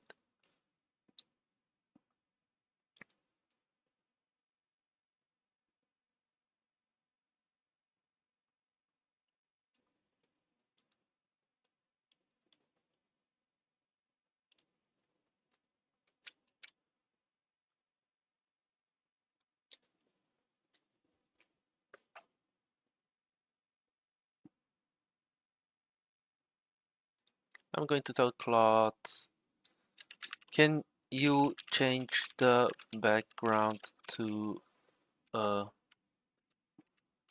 off cards to red if in loss and green if in profit in dashboard.py, and here I'm gonna add the image. So we're just doing, some we're doing some visual styling now. We're 5 cents in profit, guys. See that? So we're making money, and here we have 20 cents in funding rates. And the next 34 minutes, if the funding rate stays negative, we will also make extra money on the funding rate.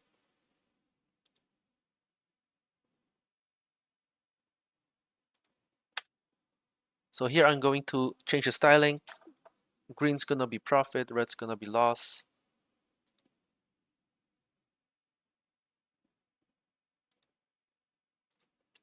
Not this, yes.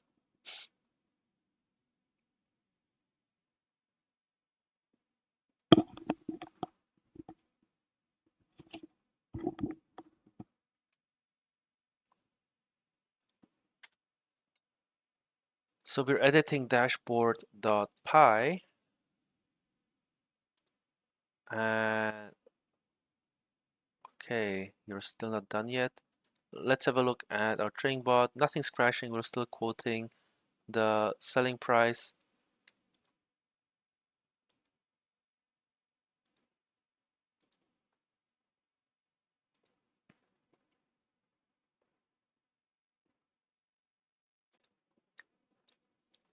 So maybe I will increase the 0.01, 0.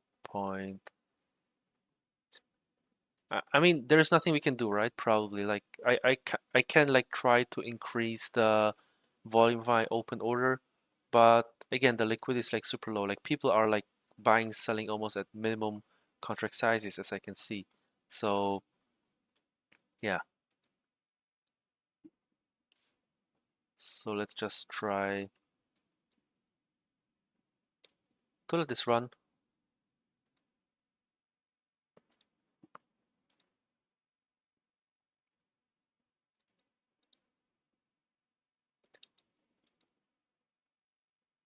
So are we here with the dashboard? I guess Claude is still not done yet.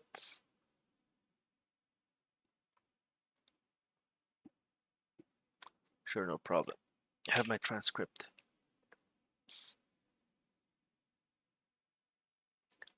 Recombobulating.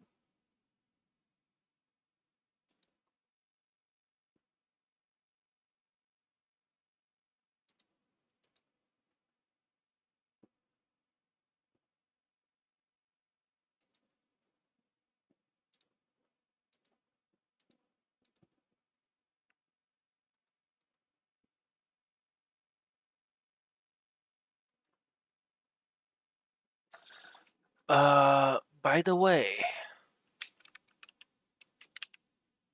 well, let's learn something about AI because I don't know the shortcut. By the way, are you still working on some prompts?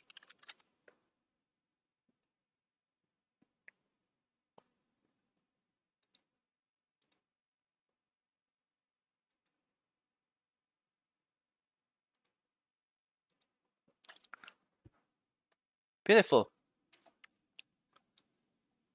So, yeah, right now, as you guys can see here, the combined P&Ls plus 13 cents. On MT5, we are not closing anything yet, which is probably okay. So MT5, this is our unrealized, realized. Or maybe I can also add the commission row.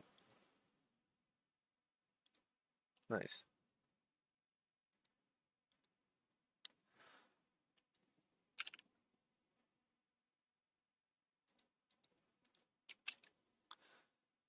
In dashboard.py, can you also add a row with commissions?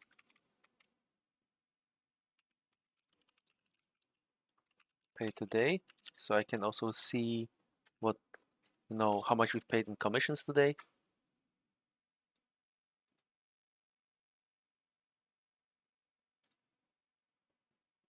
And yeah, here you can see that we're still coding ourselves. So it's kind of cool. I think like JP2 is like really, really easy. So I think I'm going to deploy some of my, funds into this strategy too. And there's also like this USD JPY, right? You can also try to do it on Forex. So anything that you see here, right? In theory, you can apply the same strategy and logic, which is great. And now we're buying.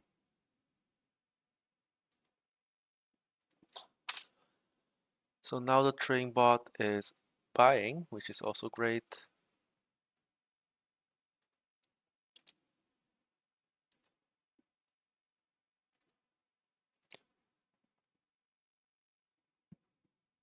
All right. So I told Claude to include the fees in the dashboard. Like when it comes to dashboard creation, right, I don't really care like how the details. Like when you make trading bots, then I'm more inclined to review the logic because it's real money. But here it's just a reporting app, so I don't think it's like that important to investigate line by line. As long as everything, as the results or the output, uh, it looks good to you.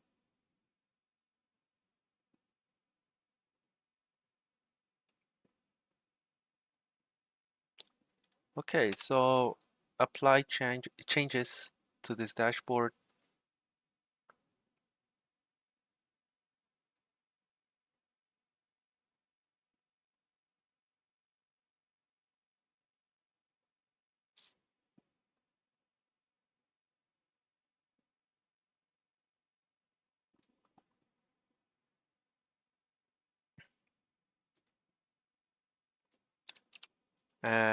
So yeah, and so we're also going to add another row with commissions.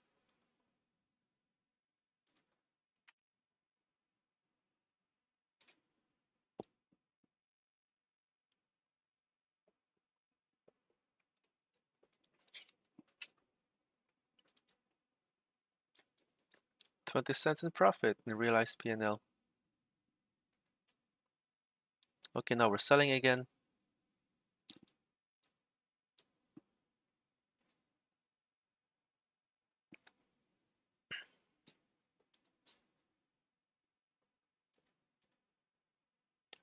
And yeah, so guys, like you cannot influence the speed of how you get filled. Like you can maybe influence speed by offering better prices, right? So instead of like a top of book this price, you can maybe quote it more aggressively, and then you'll have higher chances of getting filled. But overall, the volume of on this exchange is like very low, right? So it's 1.8 million for the entire exchange. So in theory, you could try to get some chunk of this volume. And so as you can see right now, we're quoting top of book at this level for the most part. So right now, most of the buy orders or market buys are like going to us, which is like really good. But yeah, we cannot like influence the speed that much. And so guys, if other market makers or if you guys decide to down my strategy, what you could do is compete with the price, right? So instead of like I'm currently setting the exit price at 0. So when HyperLiquid price, MT5 price have the same ask prices, this is like where I'm calling that like same level, and then like we can like try competing for a better price. But then competing reduces edge, and like somewhere the edge will be so little that it is no longer viable. But I guess a lot of people would have to compete, to actually do that. So everything's done. I can try to restart the dashboard, I assume.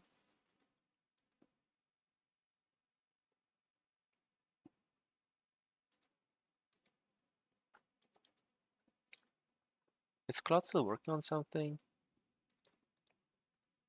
Because the app is crashing. I think I have to restart Yeah, I just have to actually just restart this dashboard. Nice. So here I also have the commission included, right? So on HyperLiquid, the commission is 9 cents right now that I've paid, which is not that much, which is great. I can also try to confirm that here in the trades history. So here we'll find the fees. Like here's 0.00, right? So it's like actually a small fraction, and then they all amount to 9 cents, which is amazing. On MT5, there are no commission on indices. So indices, yeah, there's nothing on indices. And yeah, so we just pay the spread MT5, which is already like priced into the thing. And so now the combined realized P&L is 0.28. So we made 28 cents plus 20 cents on the funding. So it's like 48 in total. So then we can like combine here. I'm not sure if like the realize includes the funding. I'll have to check, you know, the code with Claude, but I think that this realized P&L includes like only trades. So yeah, we're selling, selling, selling, and selling. So yeah, so maybe one thing, guys, I can like maybe try to explain to you is that usually when you like start trading or trade, you always think about, okay, I have a signal, I need to buy now, I need to sell now, right? Like all the strategies that like we retail traders generate are always like it's time to buy or sell.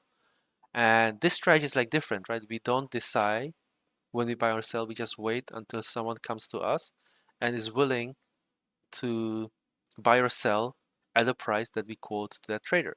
So in other words, like our edge is basically providing liquidity to traders who are willing to buy or sell this price. And so because we bought at a price that was very, very underpriced relative to the real market, there were still traders who were willing to uh, sell to us, right? So this is a different approach to trading that we just have to be patient and wait until people come to us and we give them the price that they're willing to buy or sell at this point in time. Why not it scans more coins to find better opportunity? Great question, because we should, scan for more, but the point of today's like video is actually to code a trading bot that can apply our trading strategy correctly. So yesterday we started coding the trading bot from scratch, and today this is the first time we actually have are like trading without any issues, right? So I've tried to, find an asset today where we can try to apply like this arbitrage, which right now looks to be quite successful. And so in the next live streams or sessions, I'm going to definitely add like a dashboard or a scanner where we can look for the best trading opportunities. So definitely this is something that we're going to work on in upcoming streams.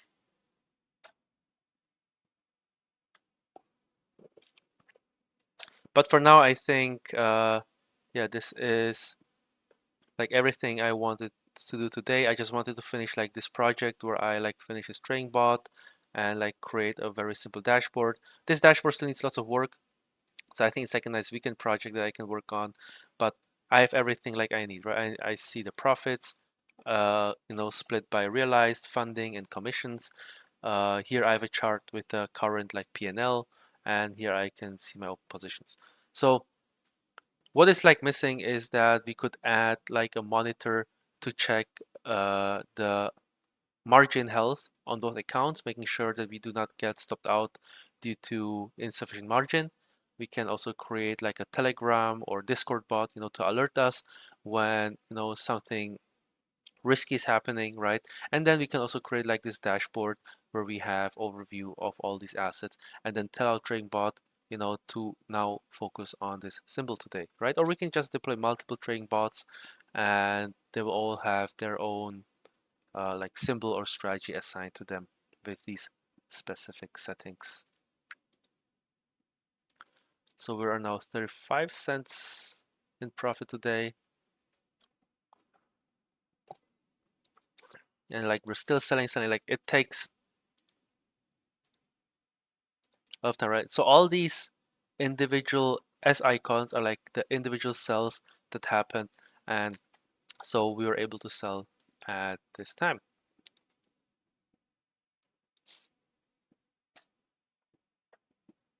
So what we can also do is like we can try to compute the average buys, like compared to MT5 and HyperLiquid, because here I showed you like this is our average entry price, right? So on HyperLiquid it entered long at 285, on MT5 short at 329. So difference here is like our average spread entry, and we can also try to compute the average spread exit. And so that way we can also see like the quality of our execution and compare that with our strategy settings that you have here, right? With the limit price by entry and exit.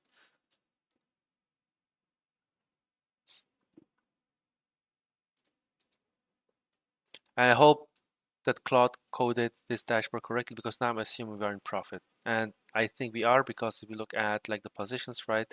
Here our floating P&L is 1.72 plus, and here it's like minus 0.11 minus. So it's actually all good.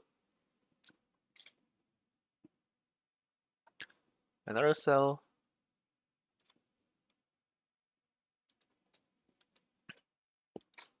And so yeah. So guys, I think I'm going to sit here for like another 20 minutes. If you have like more questions, feel free to ask me.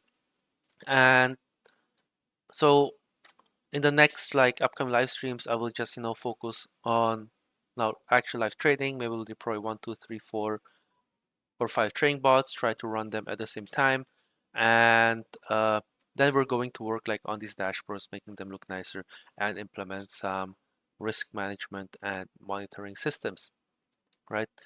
Um, so it's already plus 38 cents.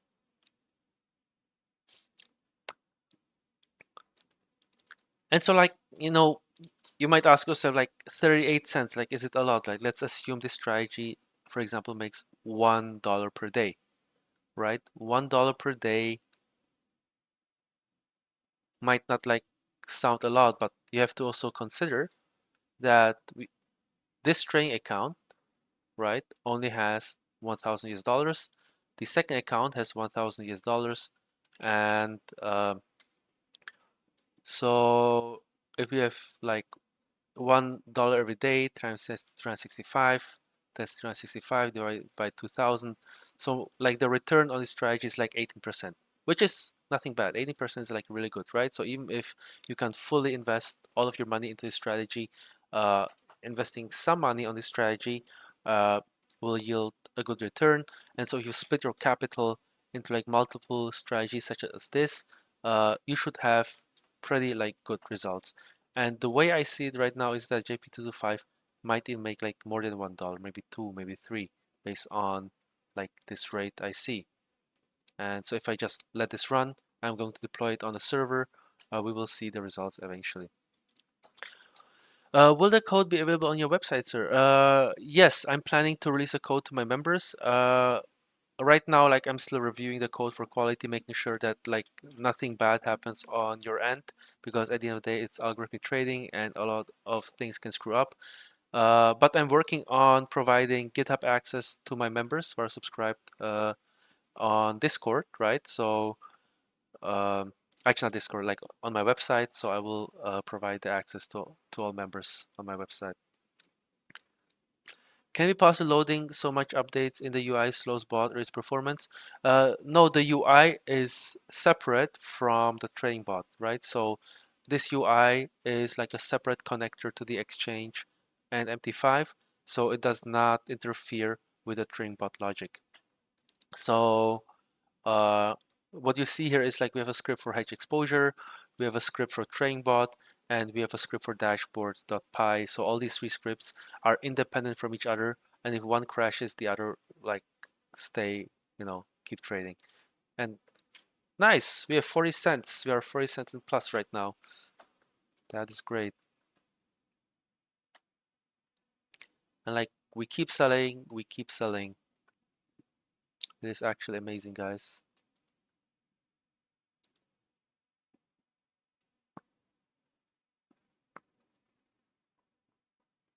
$0.41.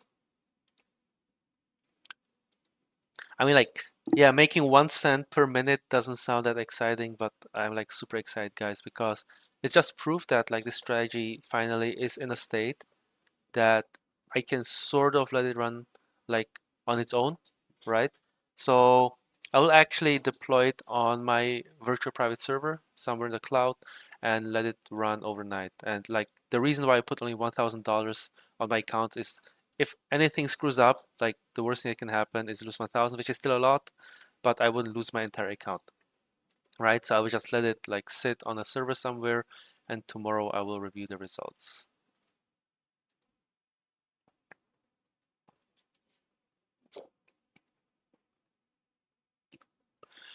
Also, I feel like that with this strategy, I could theoretically also provide two-sided quotes, right? Because the spread is so high, I can quote the ask price and also the bid price at the same time. So it would be like an actual market making strategy, right? So we're trying to exit and then, so maybe quote bid and quote ask could theoretically be separate threads, and therefore I could like try to maximize my profits by not just waiting on one side to get filled, but I can provide two-sided quotes like a real market maker.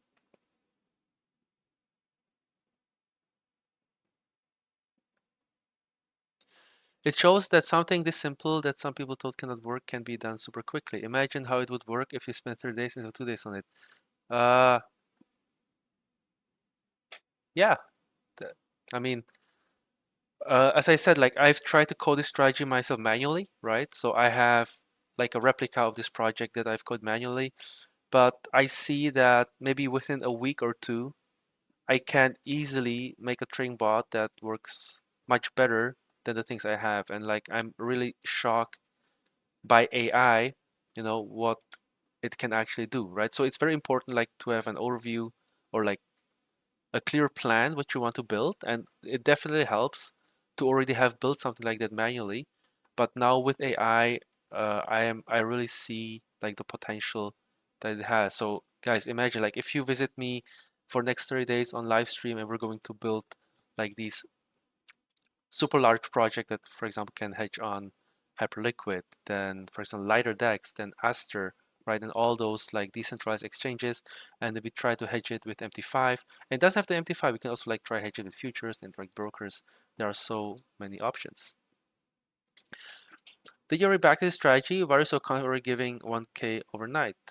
Uh, well, I did not say that I'm going to make $1,000 overnight, but here we can like see that we already went from 0 to plus 52 cents within an hour or two, right? I've actually been streaming for 2 hours, so let's say 1 hour. And so how I say is like definitely this requires backtesting, right? To optimize like the profits. But we're talking about arbitrage here, right? So here our risk is like very limited, and therefore I can be like very confident that the worst thing that can happen is like if the strategy starts losing, I can turn it off, but while it's working, uh, it is going to make like consistent profits because it's an arbitrage. Poseidon wrote, thanks, I've been watching this for a while and half understand strat, but not 100%. Can you explain like M5? Okay, if you were a child and you're 5, like the easiest way to explain arbitrage is that the store behind that corner sells apples for $5, and your friend just called you and he lives 5 minutes away and he would like to buy an apple for $6. So you go to the store, buy for 5, go to your friend and sell at 6. And so on HyperLiquid exchange, the JP225 right now is a cheap apple, and on MT5 you have the expensive apple. But of course you are not transferring like exact assets, but we have like these pricing discrepancies between those two exchanges, and then when these price discrepancies even out, or like we can buy and sell like at better prices. That is what makes us money, right? This is what gives us the edge. Just buy cheaper on this exchange, sell more expensive on this one, or sell more expensive on this exchange and buy cheaper on this one. And by doing this over and over, this is what is actually generating the profits in our account. So now we're plus 0.52. It's the best way. Sorry, I missed a big part of stream. Can you please repeat strategy rules? Previous year arbitrage funding rate, now it's different. To some extent, it is funding rates, but it's also like an arbitrage. So basically, we're just continuing the strategy we've been trying to do yesterday, right? So yesterday we've tried like to create a trading bot that can hedge open trades on both exchanges, and today I found this opportunity on JP225, right? And here the funding rate on JP225 was like minus 80%. And so on HyperLiquid, when the funding rate is very high, it also means that the pricing difference is very high. There is like a clear correlation that when funding rates are negative, that price is very low. So by arbitraging that low price with MT5, we not only get a good entry with a low price, but we also get rewarded in the funding rates. So we have like two sources, two types of edge that help us with this, right? And so right now the funding rate is still negative and the next funding countdown is in 8 minutes. And so that means that we should be rewarded, you know, with another like payment. But right now we not only make like a funding arbitrage, right now we're selling at a high price, right? So we're like exiting our position and yeah. And this is creating profit. So funding rate arbitrage is this row here, right? So funding rate arbitrage is nothing else than the sum of funding on HyperLiquid and the sum of swaps on MT5, which right now is 0 because swaps are charged once every 24 hours on MT5. The classical arbitrage we talk about is like buying low, selling high, right? Between exchanges is this realized P&L today, which is just the sum of open and closing prices of each individual trade.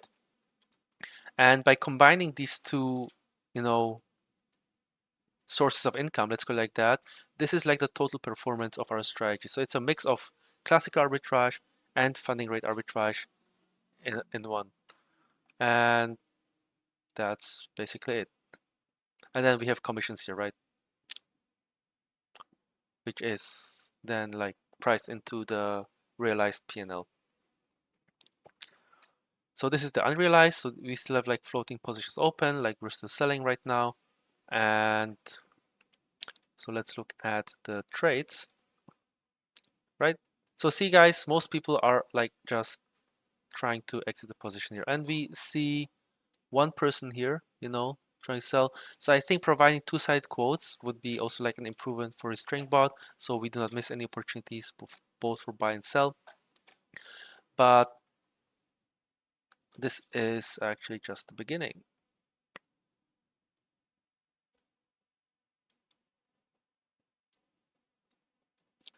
And so in the meantime, let me like scroll through other assets. Like you can also try to, you know, try to arbitrage WTI oil and HyperLiquid. I've done it in the past, but WTI oil sometimes has different pricing mechanism compared to MT5 because crude oil is priced based on the futures product, and futures, as you know, are consisting of many contract months, and the distribution of these contract months can slightly differ between HyperLiquid and MT5, and so hedging this against MT5 is doable, but requires like more deeper analysis exactly how these things are priced. And so right now, like SP500, all these assets seem to be normal. Nvidia looks quite attractive. Like we could also try to, you know, hedge Nvidia, and Nvidia also has like much higher volume, right? On Nvidia, what you see here is that the 24-hour volume is 56 million, right? So we would have easier time to get filled, but then competition is again higher.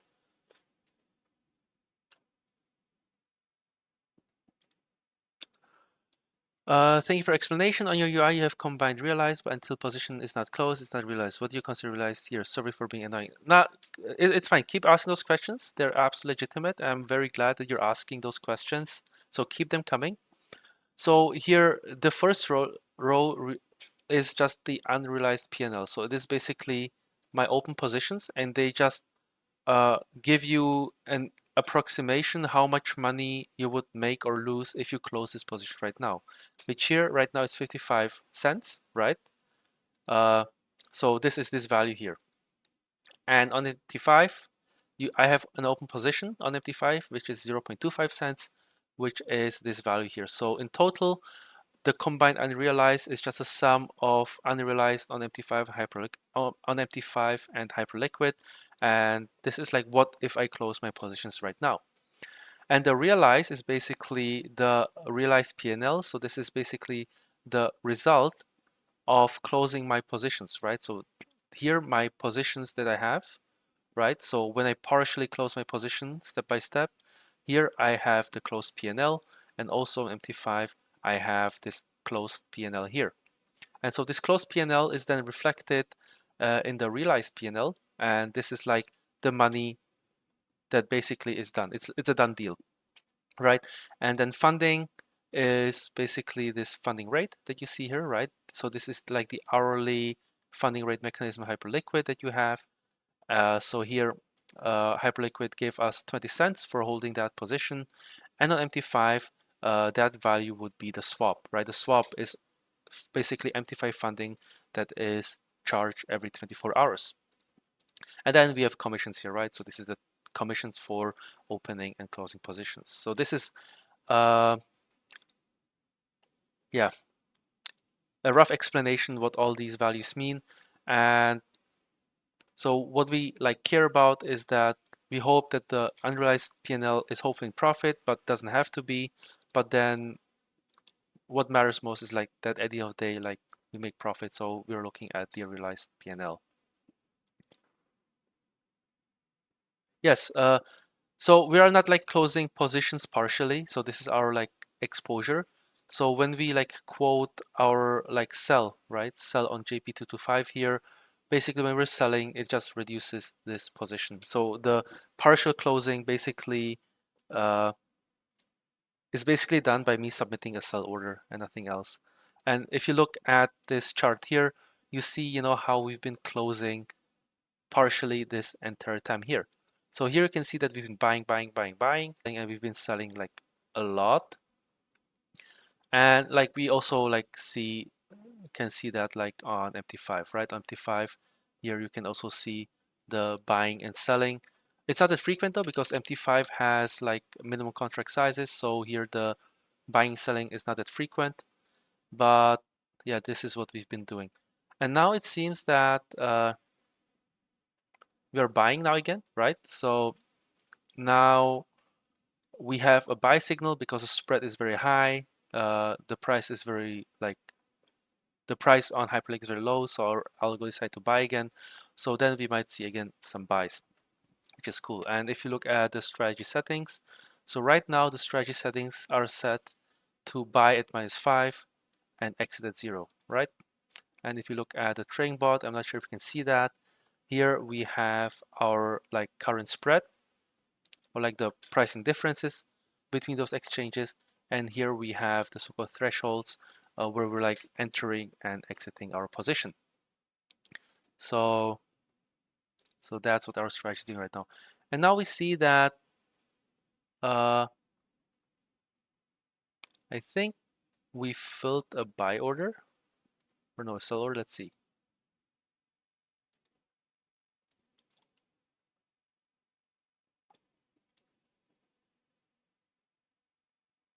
Right, so here we placed a sell limit. It seems like we're selling again.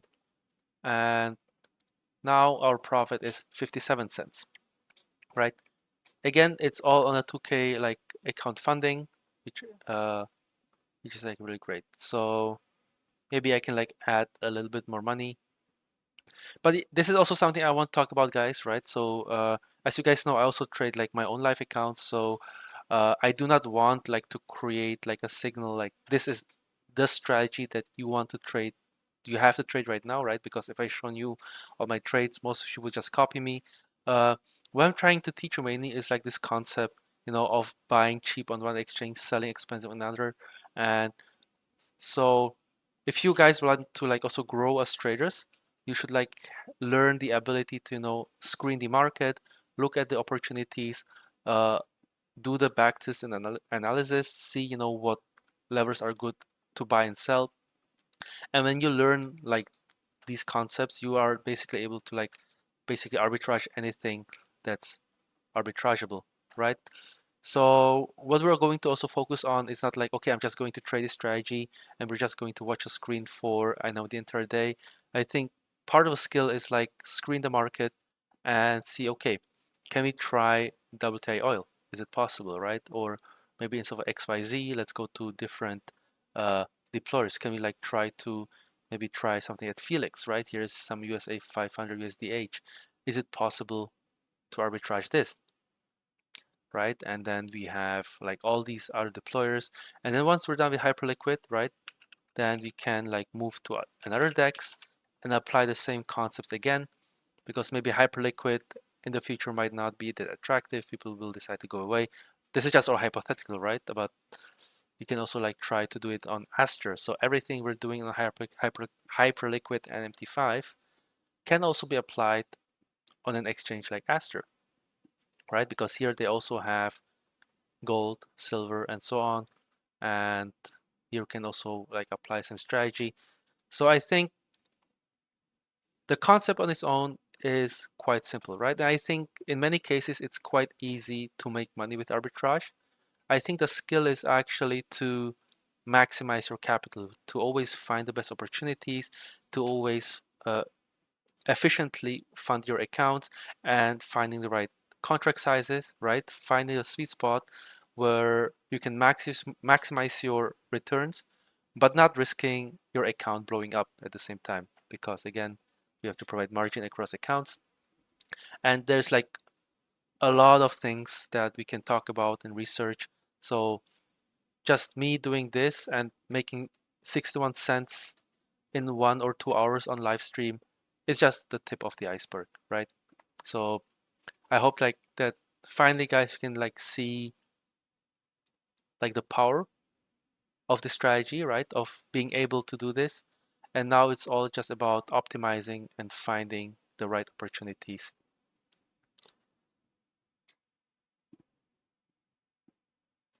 And so right now, let's have a look at our positions.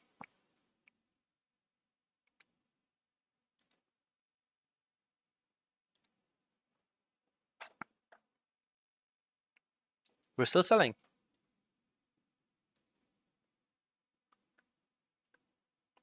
You're welcome, Mr. Bestmerch. Thank you for yeah, enjoying the content. Don't you get eaten up with spread and slippage? Are you position sizing based on volatility?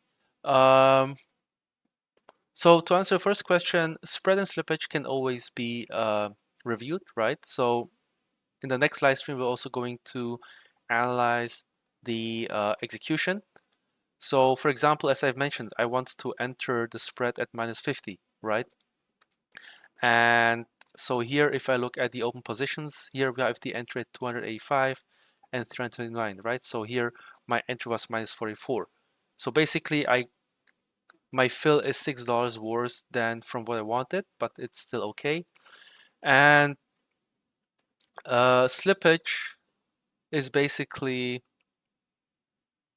if a broker is not shady, like doesn't provide slippage, then slippage shouldn't be a matter. So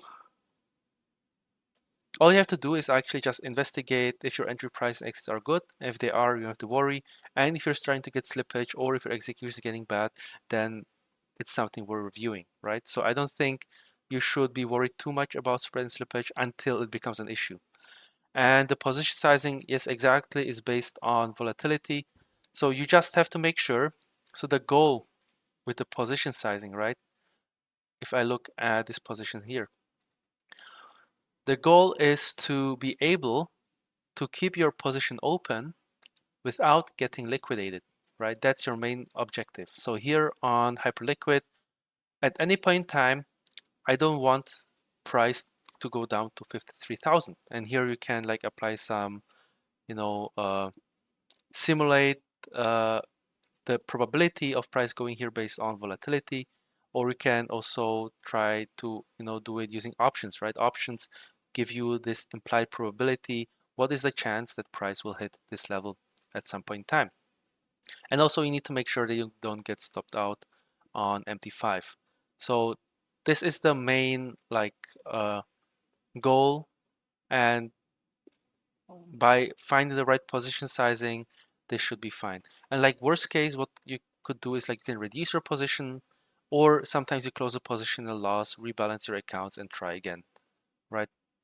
So your biggest enemy is actually greed, because in theory I could here set the leverage to 1 to 20, right? And as a result, my position size would be big. I could open much bigger positions, but then I risk liquidation. So bigger risk, more profits, risk of liquidation, liquidated, bad, because then you lose money. And you can lose a lot of money when you get liquidated, especially when you have like a large account. And so yeah, guys, when you, for example, have a position size that's larger than 100,000 or $1 million, right?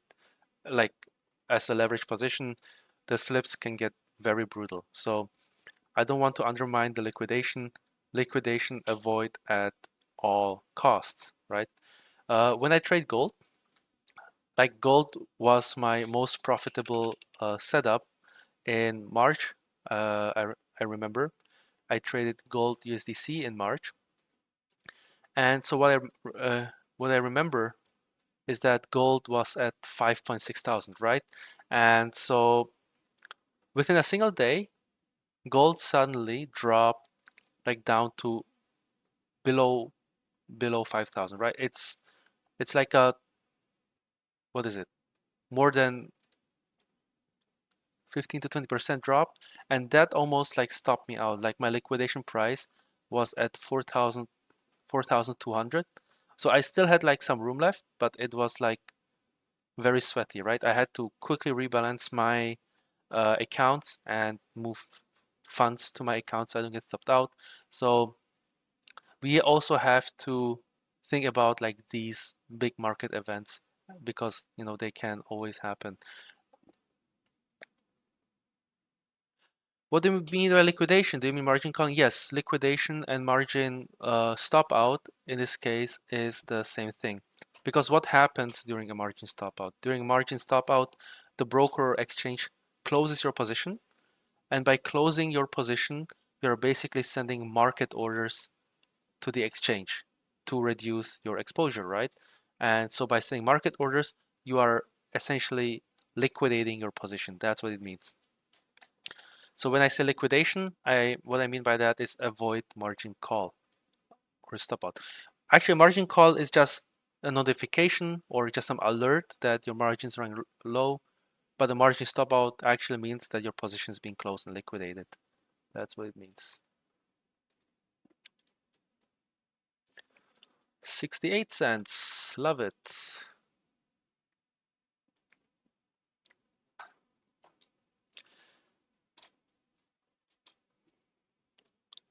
If you try this out, what's the smallest live account you would recommend? When I've tried crypto, the gas fees have already eaten up so much. So this JP225 arbitrage, I think it's possible with like 1,000 US dollars, maybe less, maybe 500, because the minimum like contract size on MT5 here is 1, right? And so you don't eat up that much margin actually. So right now, what did I do? Yeah, I think like $500, even like maybe to 300 is viable to try JP225. So I think like just a few $100s actually. And so to answer the other question regarding crypto gas fees, because they might have eaten so much. Here on perpetual futures, right, we are trading derivatives, so we are not actually transferring any crypto assets. And so here you don't pay any gas fees, you only pay like the fees that are specified by the exchange, and the fees on the perp market is like very, very small, right? So if you look at this dashboard here, I paid only 13 cents in commissions, right, using this strategy right now. So it is working quite nicely. So I think it shouldn't be a problem. And right now we're buying again, which is cool.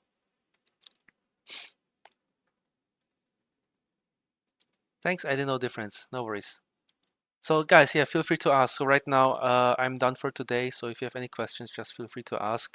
I have dinner at 8, so probably I will go in 20 minutes. Maybe that's what I said like 20 minutes ago, but I don't mind like chatting here with you guys for a while and answering any questions that you have. And like 69, we have 69 cents. All right, and like the last funding rate again, right? You see here, if you go to funding history, we got a small payment. It's not as big, but it's still nice to see. So we got some payment in the funding rates, which is kind of cool. So it seems like the spread on JP225 has narrowed a bit. So either someone has noticed that I'm already providing liquidity there and now someone's competing, or just randomly the spread decreased.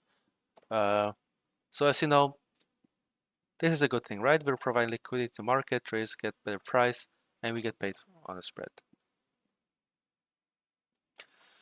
So you are searching for these opportunities manually. Maybe next will be search them algorithmically. Yes, we can create like a dashboard, right? We can extract all the prices from all the perp markets, and then we can compute like the current opportunities. And then when we find an opportunity, then we just deploy the robot there. Or what you can do is you can, just let one robot run on a single market. And this is like another approach that's like less of a hassle, right? If you just want to let it run. Hi, I just joined. Thanks for live stream. Just curious, how does ARP work here? Is it you have low latency, data source you can trust? So to answer this question, like I am streaming data source directly from the exchange, right? So I am using Python to connect to the HyperLiquid exchange, and then I just compare the pricing discrepancies with MT5. That's all I'm doing. And so the interesting thing here is that you don't need ultra low latency to actually arbitrage here, right? Because when you look at these arbitrage opportunities, a lot of times you see that like these opportunities, they last for many minutes, sometimes even hours. And so here we don't like need any special ultra low latency setup. All we need is to have like a very simple script that just identifies these discrepancies, opens a hedge on these platforms, and just wait until the price evens out. So that's why this strategy is actually quite suitable even for a retail trader, because you don't need any expensive setups or ultra, high-speed computers. Of course, when the market becomes more competitive, because right now we are like on a low liquidity asset, so where the spread is quite high. If you go to like, let's say SP 500 here, right? It's still doable, but here the competition is much higher. So once the volume gets very high and all of market makers join you know join trading this asset, it will become more and more difficult. And so which is more potential for higher yields, funding rate, our basis, our buying basis when cheap? So it depends, right? So market opportunities, they come and go, which means that there is never always a best strategy, right? Market conditions always change, and these opportunities always vary symbol by symbol and time by time. So what we need to do is we need to create a monitoring system to spot these opportunities real time, and then when we find these opportunities, that's when we like turn our strategies on and trade strategy until the edge diminishes again. So it's all about being flexible and always finding the best opportunities at the moment. Right, well, thank you for being so generous answering questions. Have you considered currency ring arbitrage? So I've tried like triangle arbitrage in the past, right? And so what I'm considering doing is like something like a stable coin arbitrage. If you look at HyperLiquid, there is also the spot market when you, for example, can try to add liquidity to like USDH and USDC or USDT, USDC. So I've been considering doing that, and we can do it like on a live stream, like, you know, for fun. Like sometimes when you design strategy, it doesn't have the best performance, but on the way you learn a lot of things, and then you can like try to apply the new knowledge onto other strategies, right? So triangle arbitrage I've tried in the past, but it was not as good because I believe that the forex market is like super efficient, right?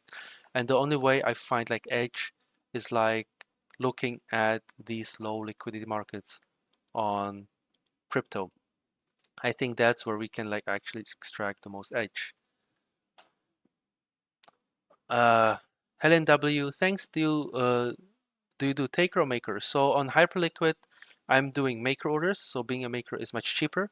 So we're trying to, you know, add liquidity on HyperLiquid, and then when we hedge the exposure, I'm taker on MT5, right? So this is the setup. In some cases, you can be taker and taker, right? If you see that the opportunities are very short, right? And you can also make money in spite of the taker fees. Then you can also apply taker and taker. So you get like so then your strategy would actually like arbitrage very fast, but that would require in many cases like a faster setup, because then if you find an arbitrage opportunity using takers, then there could be someone, you know, who could like try to be faster than you. So I think like taker arbitrage is like much more competitive. So is this basically latency arbitrage fast versus slow feed? No, we are not doing any latency arbitrage. We are just comparing real market prices where there is a pricing discrepancy and just quoting prices cheap or expensive on one exchange and then hedging the exposure on another exchange. So it is not latency arbitrage. So more questions. So basically long short MT5 and the reverse on HyperLiquid and wait for gap close. Yes, yes, exactly. But we are like first placing the maker position on HyperLiquid, and then when we get filled in HyperLiquid, we then execute a hedged position on MT5. Why don't you do crypto since HyperLiquid is crypto focused? Yes, this is exactly what I'm doing. So I'm trading on HyperLiquid. So I'm like providing liquidity on a crypto exchange, and I'm then hedging that exposure on MT5. Or if you're referring to, you know, doing crypto against crypto, like maybe hedge HyperLiquid against, for example, DEX or Lighter, that could also be doable.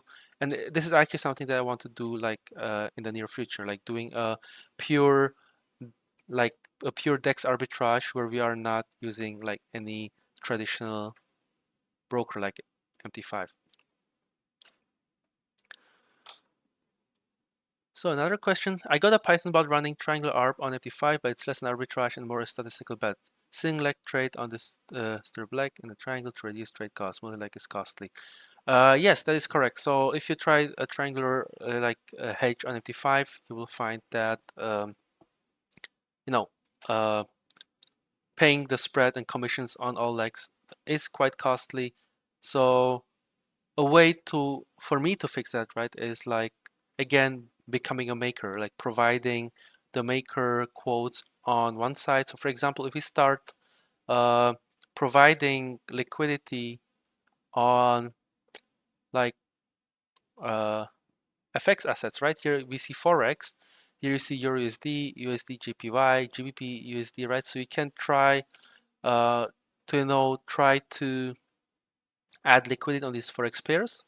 So we can also try to apply strategy on Forex. And then if we want to take it to another level, then we can also try to apply like in a triangular fashion and so on.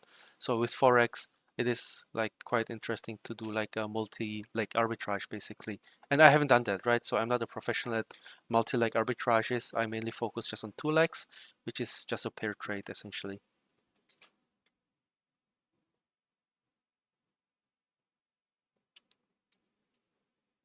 I mean, MT5 is slower than Binance WebSocket, so you can do BTC per okay.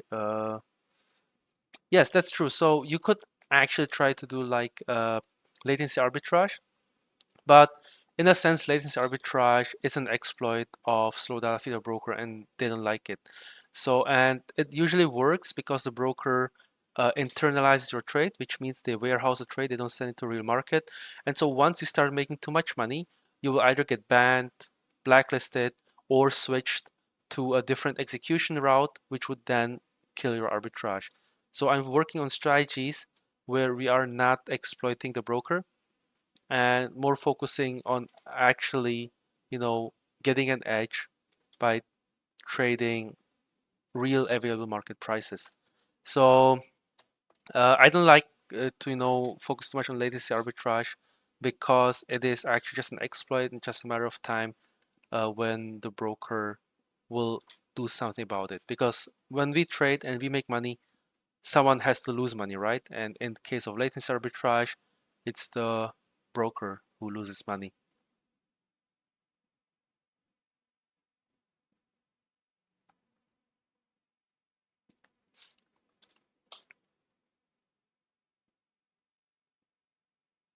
Oh, item latency are when you make her on ARP-Liquid full expo, you want minimize latency when take her on the exchange. I'm saying the. Oh, that's what you mean. Um, well, it depends how you define real market pricing, and actually you're correct because Binance is actually the biggest crypto exchange on the planet, right? So you can actually define the correct market pricing based on Binance and then provide liquidity to HyperLiquid. And then also, but then also you have to wait for like the trade confirmation. So uh, yeah, that actually makes sense. So instead of using MT5 to add liquidity to HyperLiquid, I can use Binance to provide liquidity to HyperLiquid and then hedge it with MT5. The risk is that MT5 pricing is not may not be in line with Binance, right? Sometimes, but then I'd have to check it. But definitely, that's actually a very good point. You can actually use faster data feed from Binance or maybe like some other third-party provider and not rely on MT5 to actually get better fills on HyperLiquid. And then you wait on HyperLiquid to, get a fill and then you decide it with any other exchange. That could be doable, I think, yeah. There's a specific type of latency ARP where you can mask it by buying one side. Yeah, a friend has been doing that undetected. Yeah, I had a few friends also who've been like very invested in latency arbitrage and hiding it. But as I said, this is like not like my style of trading. I don't like uh, to get blacklisted. Let me say like that. And when you guys come to me and tell me, oh, why don't you trade props? You get richer much with props, right? It's also a matter of time until you get blacklisted with props and you make too much money. So I would rather have my own setup, my own exchanges, and have the peace of mind that whatever money I make is basically mine. Oh, you also meant drop MT5, create Binance account, and work with that with your HyperLiquid account. Well, yes, that could be done with Bitcoin, but what you'll find also is that Bitcoin on MT5 is super cheap, right? Binance, even though you trade perps, can be quite expensive, right? So on MT5, the spread in Bitcoin is $12 US. 12. So if you tell me, I know a broker who's even cheaper, right? And we're talking about retail traders, not institutional ones. I'm talking about retail traders who have access to very cheap Bitcoin. I think $12 is the one of the cheapest like offerings that you can have anywhere. And so for that reason, I'm using MT5 for Bitcoin. And then you suggested I use Binance. What we're trading here is real world assets, right? We're trading things such as USD, USDJPY, stocks, indices. Right now I'm trading JP225. So what we need here is not a Binance broker who is, providing crypto offerings. We're looking at a broker who provides multi-assets such as stocks, indices, forex, and so on. So that's why I'm using MT5. Have you tried futures plus spots ARBs? Yes, I have. I've actually live streamed 2 weeks ago doing GC futures arbitrage against XUSD. Unfortunately, the backtest that I've done performed much better than the actual results. So then I moved again back to HyperLiquid, and so right now I'm staying at HyperLiquid. But it definitely works. Last year I've had good results doing arbitrage between futures and spot on indices and gold. And yeah, that's it. What algo-friendly prop do you use? Well, I don't use any props right now. I think especially if you use EAs, you're just in queue to get blacklisted. So I've tried props in the past. I had algos, and then after 2 or 3 payouts, every single time, every prop just tells you consistency rules. We can't pay you out anymore. No new orders. If you use VPS, you're especially on a blacklist. So if you want to trade with props, I guess it's fine. It's a nice and quick way to build your capital. But right now, like my capital size is like hundreds of thousands of dollars, right? And I don't want to have the stress of buying 30 challenges every month, not knowing if I get blacklisted. So I'm over props right now.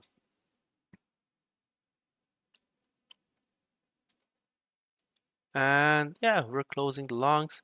Guys, so while we had this rant, we are now at plus 91 cents, which is again amazing.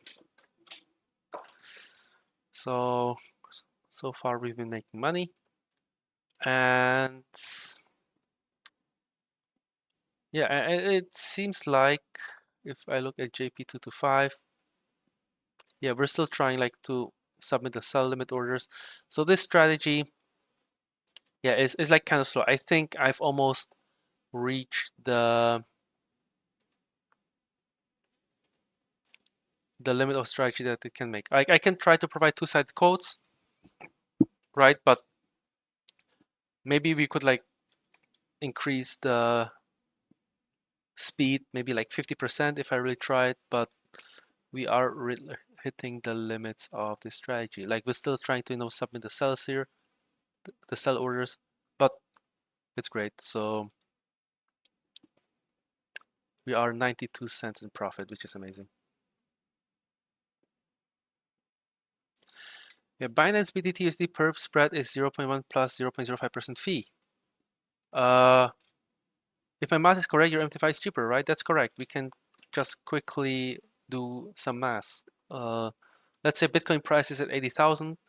The fee is 0.05% times 0.0005, right? So it's $40, right, in commissions. And MT5 doesn't have any spread, sorry, any commission, only charge spread, which is $12. And don't forget, it's just on one side, so we have to multiply this by 2. So on Binance, as a retail, you'd pay $80. On MT5, you pay 12. So part of arbitrage trading is also identifying cheap trading products, right? If you trade arbitrage, you don't want to pay your broker ideally anything. So we're just looking for the cheapest products that exist, right? So this is also very important for us.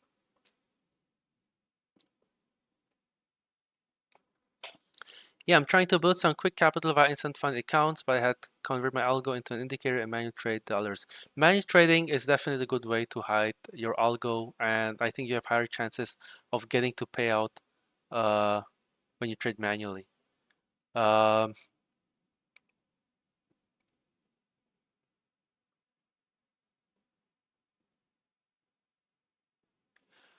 Yeah, I think so right now I'm using here the broker name is Capital Point Trading, right? It's offshore IC markets, but I'm looking to migrate to a broker who accepts USDC deposits, right? So when I have to rebalance my accounts, I have to, withdraw the USDC, send it to my bank account, convert it to euro, and then deposit it to my IC Markets account. And the reason I'm also using euro is because in Europe, euro bank transfers are instant, right? Whereas if I send USD, it would take me 1 or 2 days until it arrives. Or I can use my credit card, which is also fine, but it is like a lot of work to transfer funds.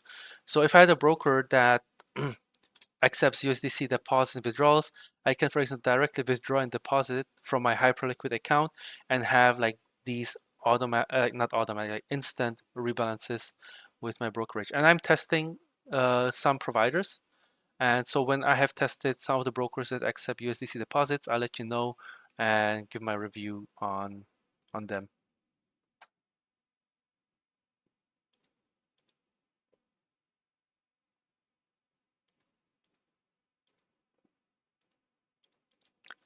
All right, so we're still selling, 94 cents now. And you guys, as I mentioned, I have dinner soon, so maybe one last round of questions. Otherwise, yeah, thank you very much for joining to this live stream. And so before we wrap this up, let me just summarize my next project for tomorrow. I think I will stream tomorrow. I will then post another schedule when it will be, most likely at 1 p.m. tomorrow. And so what we'll be working on is to do some analysis of the trading results, right? So we'll analyze the trading results to see if the execution is good. We'll try to work on the dashboard, and also we'll try to to deploy multiple trading bots on different assets, right? And we will try to optimize the profits by applying the trading strategy on multiple trading strategies. And then eventually we'll move to other DEXs to see if we can, for example, try if we can try find some trading setups with lighter and Astrolator. And so one question here is, have you thought about creating synthetic pairs versus actual and arbing that? Yes, I've actually tried that. I've done like few synthetic futures where I combined like two option products. I have a video on that, but I've never done like anything practically yet, right? So this is all like theory in my head, so nothing like practical or profitable that I've built yet so far.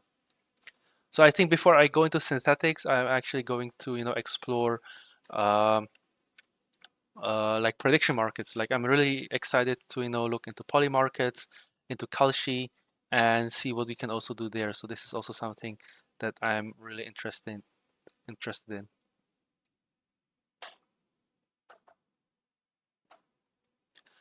All right, guys. So again, thank you very much for joining today's live stream. I'll be back tomorrow at 1 p.m. Prague time, which is CST. And so in the meantime, I'll deploy this trading bot on my VPS, let it run like 24/7 now. And tomorrow we'll be doing what I've just mentioned. So again, thank you and enjoy the rest of the day. Bye-bye.